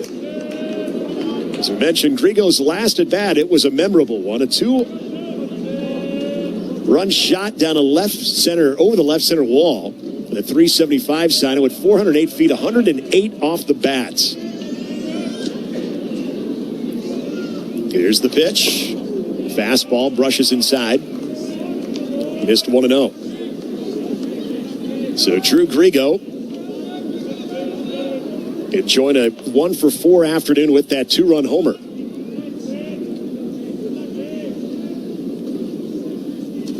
Hayashi giving a couple looks to Sanderson, misses way outside of the off speed. 2-0 now to Grigo. Grigo at 314 on the year now. You're seeing those at-bats continue to creep up, more experience in the batter's box and seeing more college pitching. Only going to benefit this guy. 2-0 pitch upstairs, 3-0. You're seeing now with 6 runs driven in, had that big moment. Talk about in a week's time, having the walk-off in game 1 against Maine, and then now having a big blast in this game. Fastball down the middle, 3-1. Start to get excited about what this young man could do in a Husker uniform. 3 balls, 1 strike, 2 out. Dylan Carey leads away from second. Huskers up 10-1 here in the top of the 8th. The 3-1 pitch off the plate. That'll send Drew Grigo over to first base. Runners at first and second. And we're going to have a pinch hitter here for Nebraska for Joshua Overbeek. Looks like it'll be Big Cole Kitchens. We'll get a crack at it here. Kitchens, who DH'd last night, will now get his first at bat here in this game. Cole last night 0 for 3. .246 hitter on the season. So he will face Eitaro Hayashi with the runners at first and second and 2 away. Sanderson from second, Grigo from first. Breaking ball in there for strike one. Cole Kitchens, in the Southern Indiana transfer. Big power out of that right-handed batter's box at number 12. The 0-1. Laid off pitch off the plate. 1 ball, 1 strike. As Kyle mentioned, Nebraska making the trip to Ann Arbor tomorrow. They'll stay here in Wichita State tonight, then head out to Kansas City, fly out to Ann Arbor tomorrow afternoon. 1-1 pitch. This one is popped foul off to our right out of play. And the timing of this should work out to where the baseball team, if they would feel so inclined to do so, can watch the Husker men's basketball team play probably somewhere in the KCI terminal.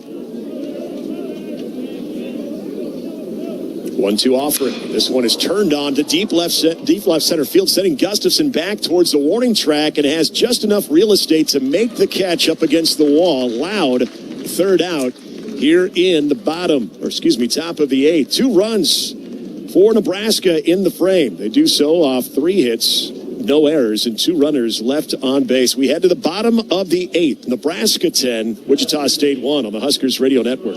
The work is dirty and sometimes dangerous. It's the kind that can break your body, and if you let it, your spirit. But while there may be better ways to make a living, you won't convince me there's a better way to live. I'm a Nebraska corn farmer, and there's nothing else I would rather be. Brought to you by the Nebraska Corn Board. Every machine has a story. Early mornings, long harvests, years of hard work. When the time comes to sell, AuctionTime.com helps make sure the world sees that equipment. Whether you're selling one piece of equipment or planning a retirement auction, start by knowing what it's worth. At Auction Time, we'll help you start with a free equipment valuation and plan the best way to sell. Call 402-458-4570. That's 402-458-4570. AuctionTime.com. Local expertise, worldwide buyers. Back here at X Stadium in Wichita, Kansas. Huskers in front of the Shockers 10-1. Bottom of the 8th we go. We have a Nebraska 811 pitching change. Contact 811 2 days before you dig to protect your underground utilities and yourself. It's free. It's easy. It's the law. Well, Chase Olson, he was tremendous. Saw 3 batters, struck out 3. Chase Iola, he has the potential to do just that. Freshman right-hander has a fastball that could be in the high 90s. 6'2", 200 pounds from Elkhorn, Nebraska. His numbers this year, just his 4th appearance out of the pen, has a 27 ERA, but in total, 1 inning of work, 3 earned runs, 4 walks, and a strikeout. Can he work with some command with that really, truly electric stuff out of the bullpen and carve out a nice little role for himself? Also, coming up here at 5:30 Central Time, the women will be on the air. Matt Coatney, Jeff Greesh, and the Huskers taking on the Richmond Spiders to start the women's side in the NCAA tournament in the play-in game. They hope to play Baylor if they win. So that's coming up here on many of these same stations on the Huskers Radio Network. Yeah, I got March Madness for both the men and the women getting underway this evening, as Kyle mentioned. And then tomorrow at 11:40, Nebraska taking on Troy. So Jay Siola, his last appearance, you got to go all the way back to the 1st of the month. That was against Auburn. That was a rocky one for Jace, as it was for a lot of the Husker bullpen throughout that series, both on Saturday and Sunday. So Jay Siola will work with the top of the order here for Wichita State. Jaden Gustafson looks at a fastball on the outside corner. Yeah, Jay Siola, you look at just unbelievable arm talent, high competitor, great athlete out of Omaha Scott Catholic. Check swing, and he did at the 95-mile-an-hour fastball. That was just upstairs, 1-1. Gustafson 0 for 3 today. But, you know, you look back at Jay Siola, and this is a guy that they really want to get involved, whatever role it can be, because they are building him into be a big-time starter. This one slashed down the left side and going to go foul. Hit well off the bat at 100 of Jaden Gustafson. You look at Jaden Gustafson, one of the better hitters in this lineup. Just 1 for 7 against Husker pitching, was 1 for 4 yesterday, 0 for 3 this afternoon. Here's the 1-2. Just off the plate. Came back with a changeup. 2 balls, 2 strikes here on Jaden Gustafson. Ziola also comes from a very solid athletic family. From the wrestling side of it, also uncle and dad played high school baseball at Omaha Gross. This one sprayed foul off to our left. So competition, baseball, athletics runs in the family DNA. 2 balls, 2 strikes here on Gustafson. Shocker left fielder. Ziola working from the windup. Peers over the glove, kicks and fires. Comes inside and just misses with the slider. And there's the movement with that breaking ball. That thing started on the outer half of the plate, broke all the way in, and just missed his spot on the inside corner. 3 balls, 2 strikes here on Gustafson. The payoff pitch. Called strike 3 on the inside corner. Came back with a slider, hit his spot. And gets the first out here in the bottom of the 8th. It's one of those days, Nick, when you look at the guys coming out of the bullpen, outside of course, what Price had done, but Timmerman, Olsen, if you can get a really strong showing from Ziola, I mean, you got to be feeling good about the arms. Perhaps we could see Harrahill, too, at some point. Grant Clevenger, I think, has been thrown a little bit. I know Rob Childers would like to see him as Ulloa takes a hack at an 89-mile-an-hour slider, comes up empty. The Wichita State shortstop, 0 for 3 on the afternoon, 2-hole hitter in this lineup. Getting his first look at the freshman righty from Omaha Scud. There's another swing and a miss on a slider. 0-2 here to Ulloa. Well, and it goes all the way back to the bullpen efforts yesterday, too. Really highlighted by what Jay-Sean Unger did in a sticky situation. But for the most part, the bullpen was very solid last night, too. Here's the 0-2 pitch. Missed away with the slider. That came in at 90 miles an hour. He's showcasing a 96-mile-an-hour fastball and then bringing a 90-mile-an-hour slider. Yes, folks, he's a freshman, too. Here's the 1-2. Swing and a miss. There's the power stuff right by Ulloa for strikeout number 2. Jay Ziola's locked in. That's now 5 consecutive strikeouts between Olsen and Ziola. And completely different pitching styles, not because one's a lefty and one's a righty, but also you talk about velocity and the types of pitches you're going to see. There's Jason Jones, third baseman.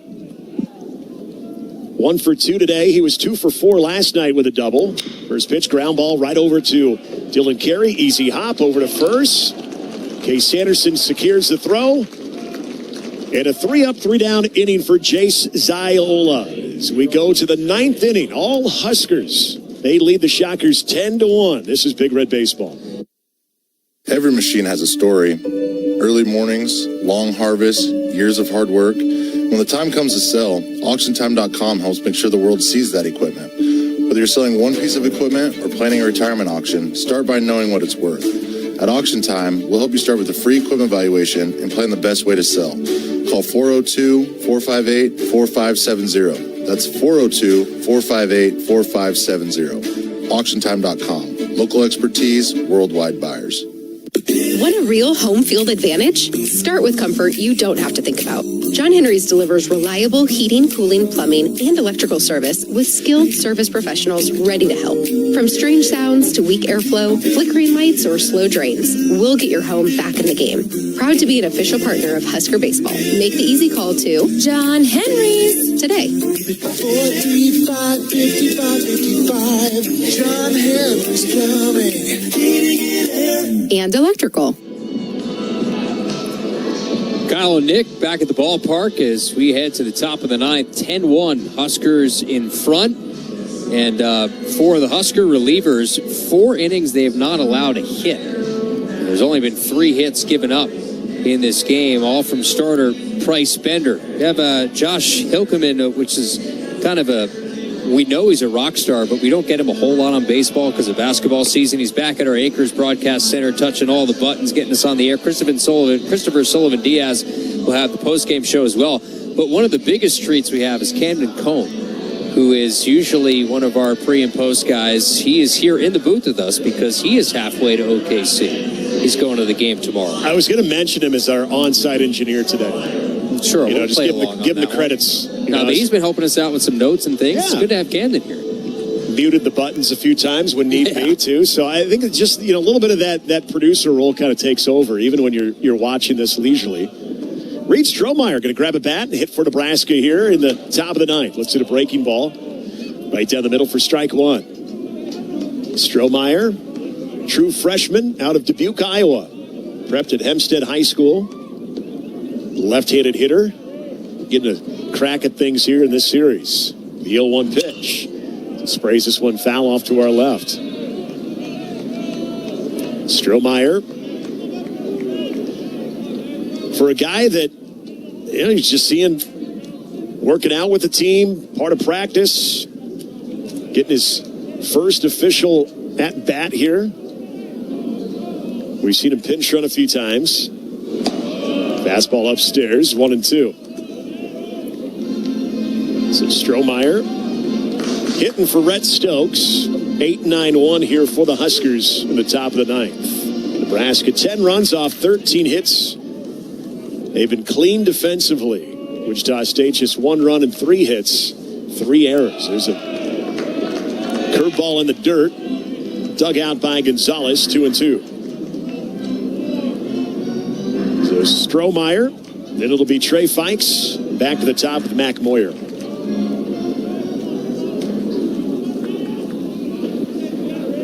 Here's the 2-2 offering from Hayashi. Just got a piece of that one to stay alive. We talked so much about this Wichita State offense, and when you look at what Nebraska, we talked about the bullpen, how effective that's been. Starting pitching was really good between Katsky and Bender as well. But a team that ranked 2nd nationally in total runs, 228 coming into this game.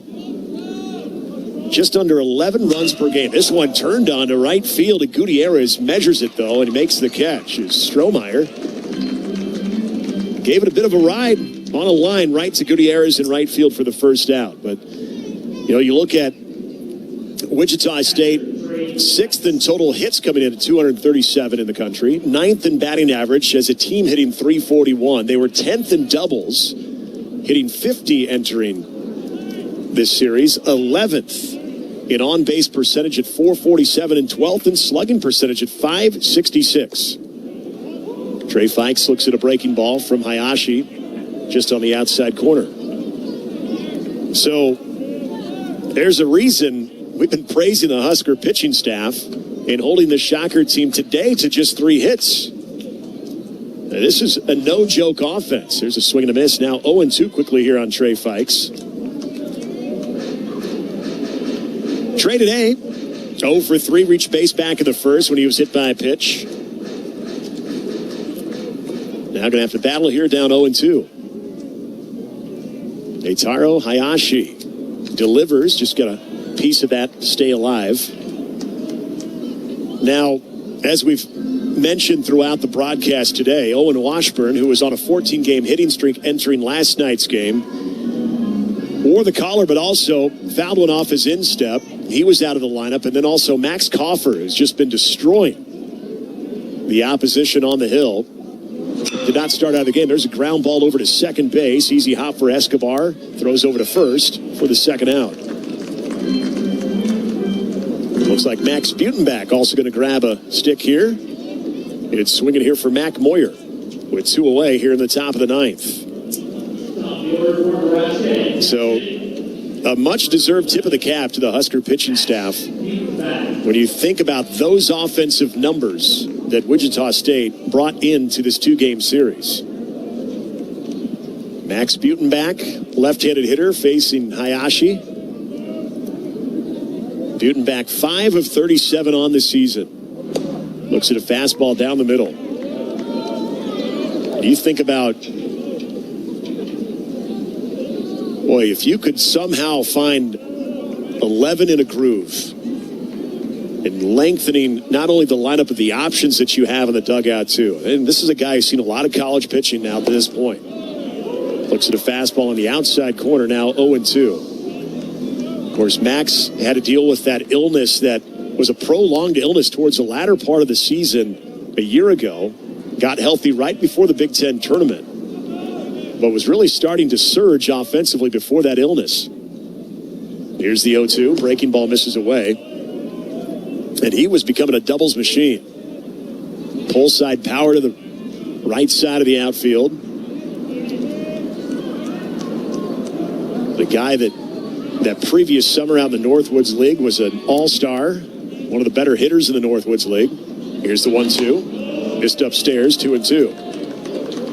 Has just really been fighting it this season.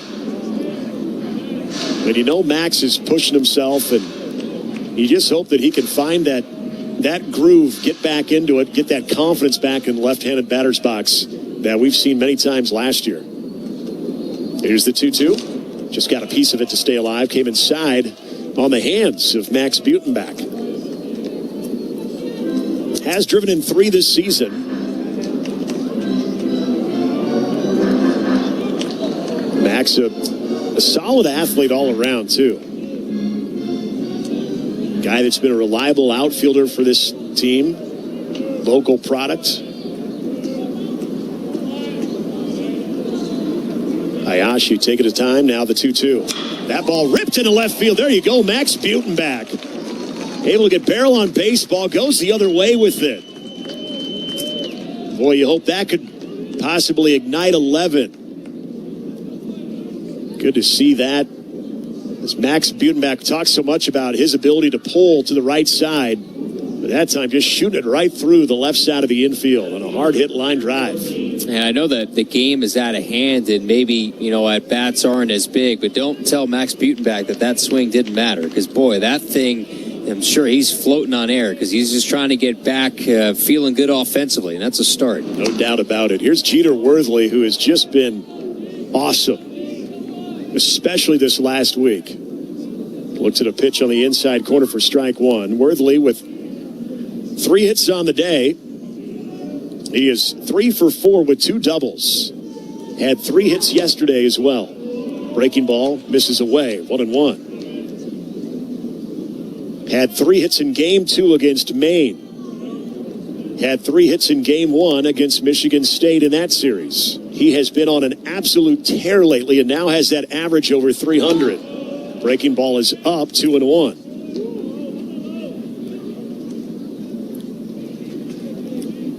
Got elevated into the 2-hole today, and he is not disappointed.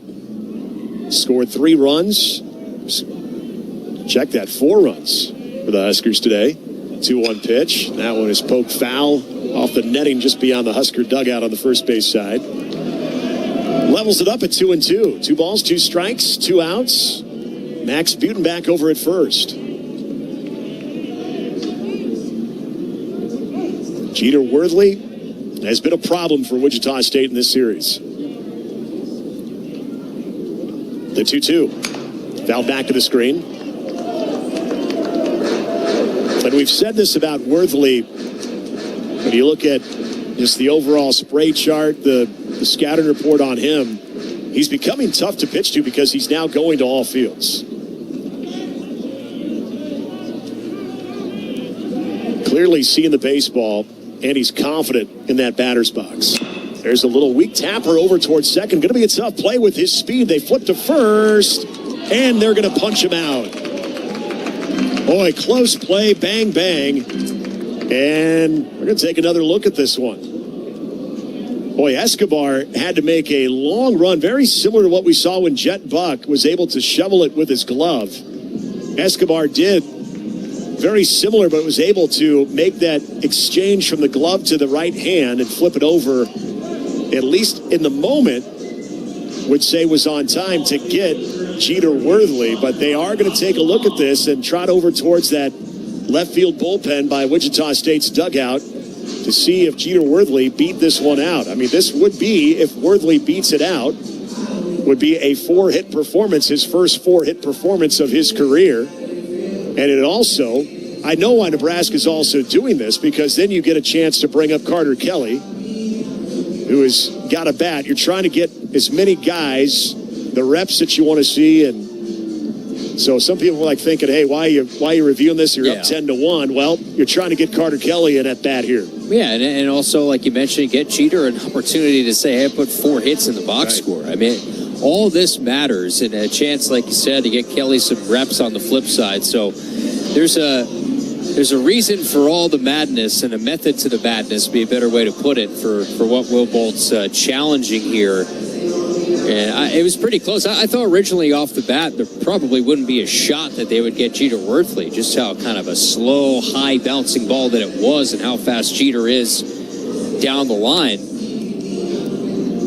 But I would imagine this is probably going to be about as bang-bang as it gets, and you might have to go frame by frame to get the actual adjudication here. Yeah, I'm with you. I thought Escobar was going to have some serious challenges of getting that ball over to first in time. He made it a lot closer than I thought he would. I still thought, on just my initial look, that Jeter might have beat it out. But we really haven't been able to see reviews up here. In fact, we haven't at all between the two games. And the vantage point, although it's a good one, we're a lot higher up here than we are in most ballparks. So I don't feel confident in saying that Nebraska is going to win this challenge. But I did think Jeter initially maybe got him by just a half a step. And the longer this is, perhaps the better the news here for Nebraska. Again, it's a 10-1 game here in the top of the 9th inning, but you want a chance to get Carter Kelly to come to the plate. Could it be a career best 4th hit for Jeter Worthley? All that on the line here is still kind of taking a look down that left field line. So again, the longer the better. I do blame this on me. Okay. Because in the previous inning, I had mentioned to you that we were pacing actually pretty well after the really long first inning we had, and so I jinxed this. There's no question. Okay, here come the umpires out of the Wichita State bullpen. Let's see what the call is.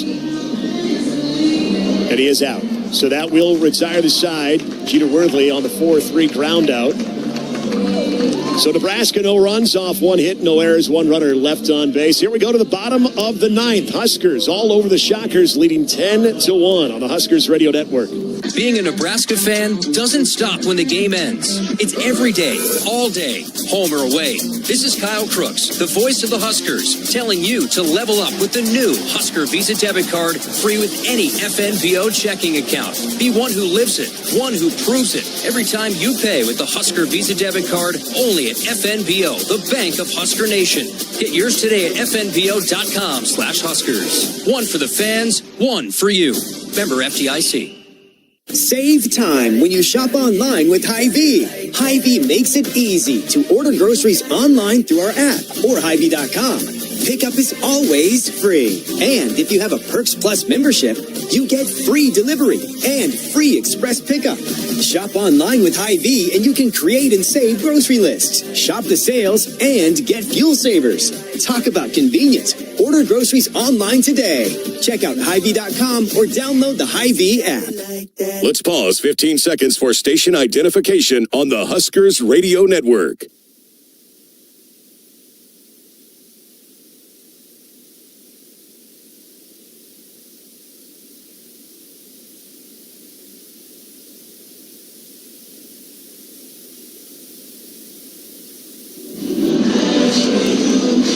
Last chance for Wichita State, 10-1 Huskers. Bottom of the 9th we go. It will be a Nebraska 811 pitching change. Contact 811 2 days before you dig to protect your underground utilities and yourself. It's free, it's easy, it's the law. Grant Clevenger, senior left-hander, 6'5", 220. And Clevenger from Lawrence, Kansas. He will get the opportunity here to pitch. Transfer from Tulane. His numbers this year, 5.4 ERA, 5th trip out of the pen. Inning in 2/3, 1 run which was earned, 2 walks, 4 Ks. So it will be Clevenger. Also, some things to clean up defensively. Strohmeyer, who pinch hit, he'll be at third base. Grigo moves from right to center. Max Butenbach, who pinch hit as well, he'll enter into the game, play right field. Also, Carter Kelly, who was on deck awaiting a chance to hit. He is now going to play at first base. You have Worthley, Grigo, Butenbach left to right, Strohmeyer, Carey, Buck, and Kelly third to first, and Fike still behind the dish, now doing the catching of Grant Clevenger. Clev through in the 8-7 come from behind victory over Maine in Game 2 of that doubleheader on Saturday. Came in for a batter, got the result, got the strikeout. Husker pitching has retired the last 13 Shockers. Got to go all the way back to the fourth, a double by Owen Rush. It was the last hit and the last base runner for Wichita State. Breaking ball in there for strike one. So Wichita State here with their last three outs. Here for Jack Quick. Gonna exchange baseballs here. First base umpire Derek Harris wanting Grant Clevenger to have a new pill. Clevenger didn't seem all that enthused about it, but no harm, no foul. Get back on the rubber. 0-1 here to Jack Quick. Quick coming in, getting in that bat here. 282 hitter. Saw him yesterday as well. Looks at a breaking ball at the knees. 0-2. Quick 11 hits and 39 at bats. Driven in 13 on the year. Right-handed hitter.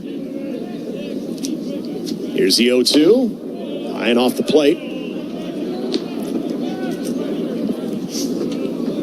It's been impressive for this Husker pitching staff. You really go all the way back to the start you got from Cooper Katsky yesterday, setting the tone for really a good 48 hours for Husker pitching. This one popped foul off to the right, working its way out of play. But the arms last night were effective behind him. Kevin Minnell was good. Colin Novacek got in a little bit of trouble there towards the end, but Jay Sean Unger was able to clean it out and get a 2-inning save. And then today, more of the same with the bullpen. The 1-2 pitch popped up, going to reach over the screen and get out of play. So this is one of those two-game series that when you get this out of your bullpen, especially when you see some moments last weekend in that 3-game sweep over Maine where it was a little hit or miss. This is exactly what you wanted to dial up here going into a big conference series against Michigan. The 1-2 again, swing and a miss. Blew it right by him. Jack Quick is retired. First out is recorded, and now the Shockers down to their last 2 outs. I'll bring up Josh Wolford. Wolford, who's been the DH for the Shockers this afternoon, 0 for 3 on the day. Huskers looking to ride now that 10-game winning streak and push it to 11. They can finish this one off as Wolford could not lay off the breaking ball low in the dirt, goes around on it. Didn't like the call that he went around on it, but looked like the correct one.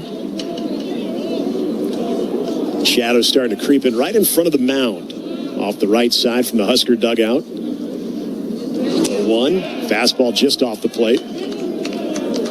1 ball, 1 strike on Josh Wolford. Wolford hitting in the 5-hole for Wichita State today. I mean, it's just, can't say enough. When you look at that scoreboard, the offense, that's been good. There's a cue shot foul over to the Husker dugout. But when you look at what Nebraska's been able to limit Wichita State in 2 days of baseball with the offensive numbers coming in. 10 hits total, but just 3 on the afternoon in game number 2. Here's the 1-2 pitch. Swing and a miss.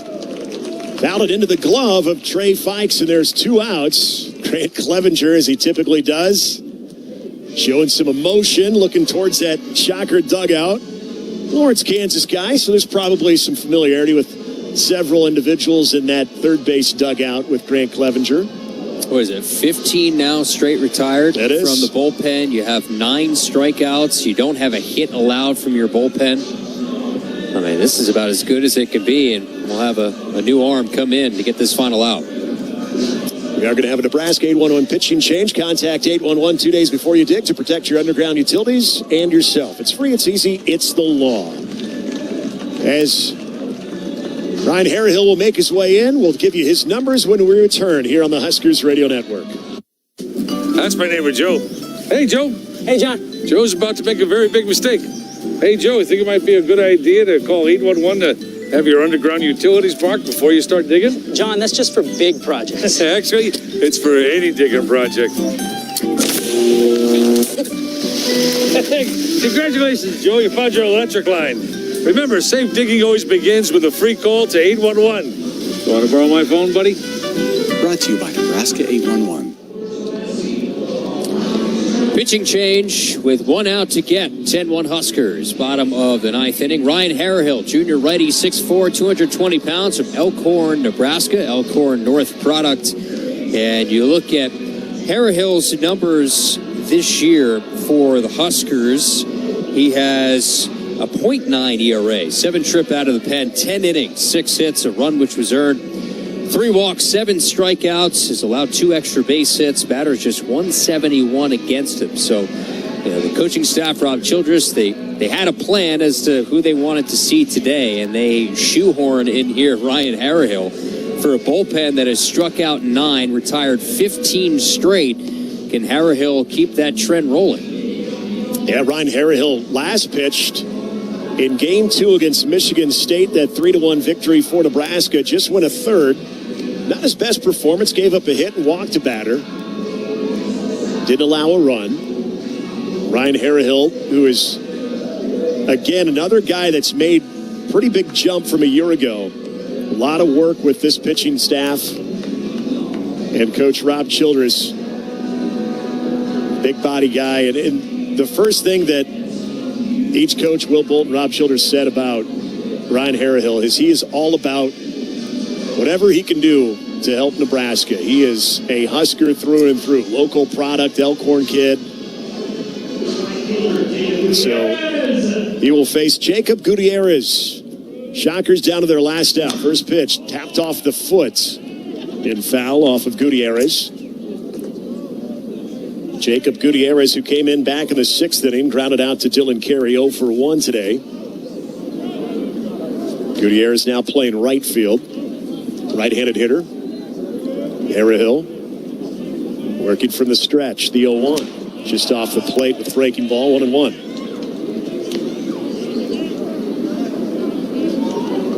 Ryan Harrihill also throwing against Omaha during the homestand. Went 1 1/3, scattering 2. There's a breaking ball on the inside corner. Wichita State now down to their last strike here.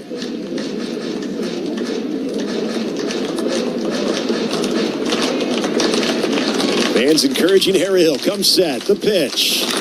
There's a ground ball over to Dylan Carey. Easy play. Fires over to first to Carter Kelly. And that will do it.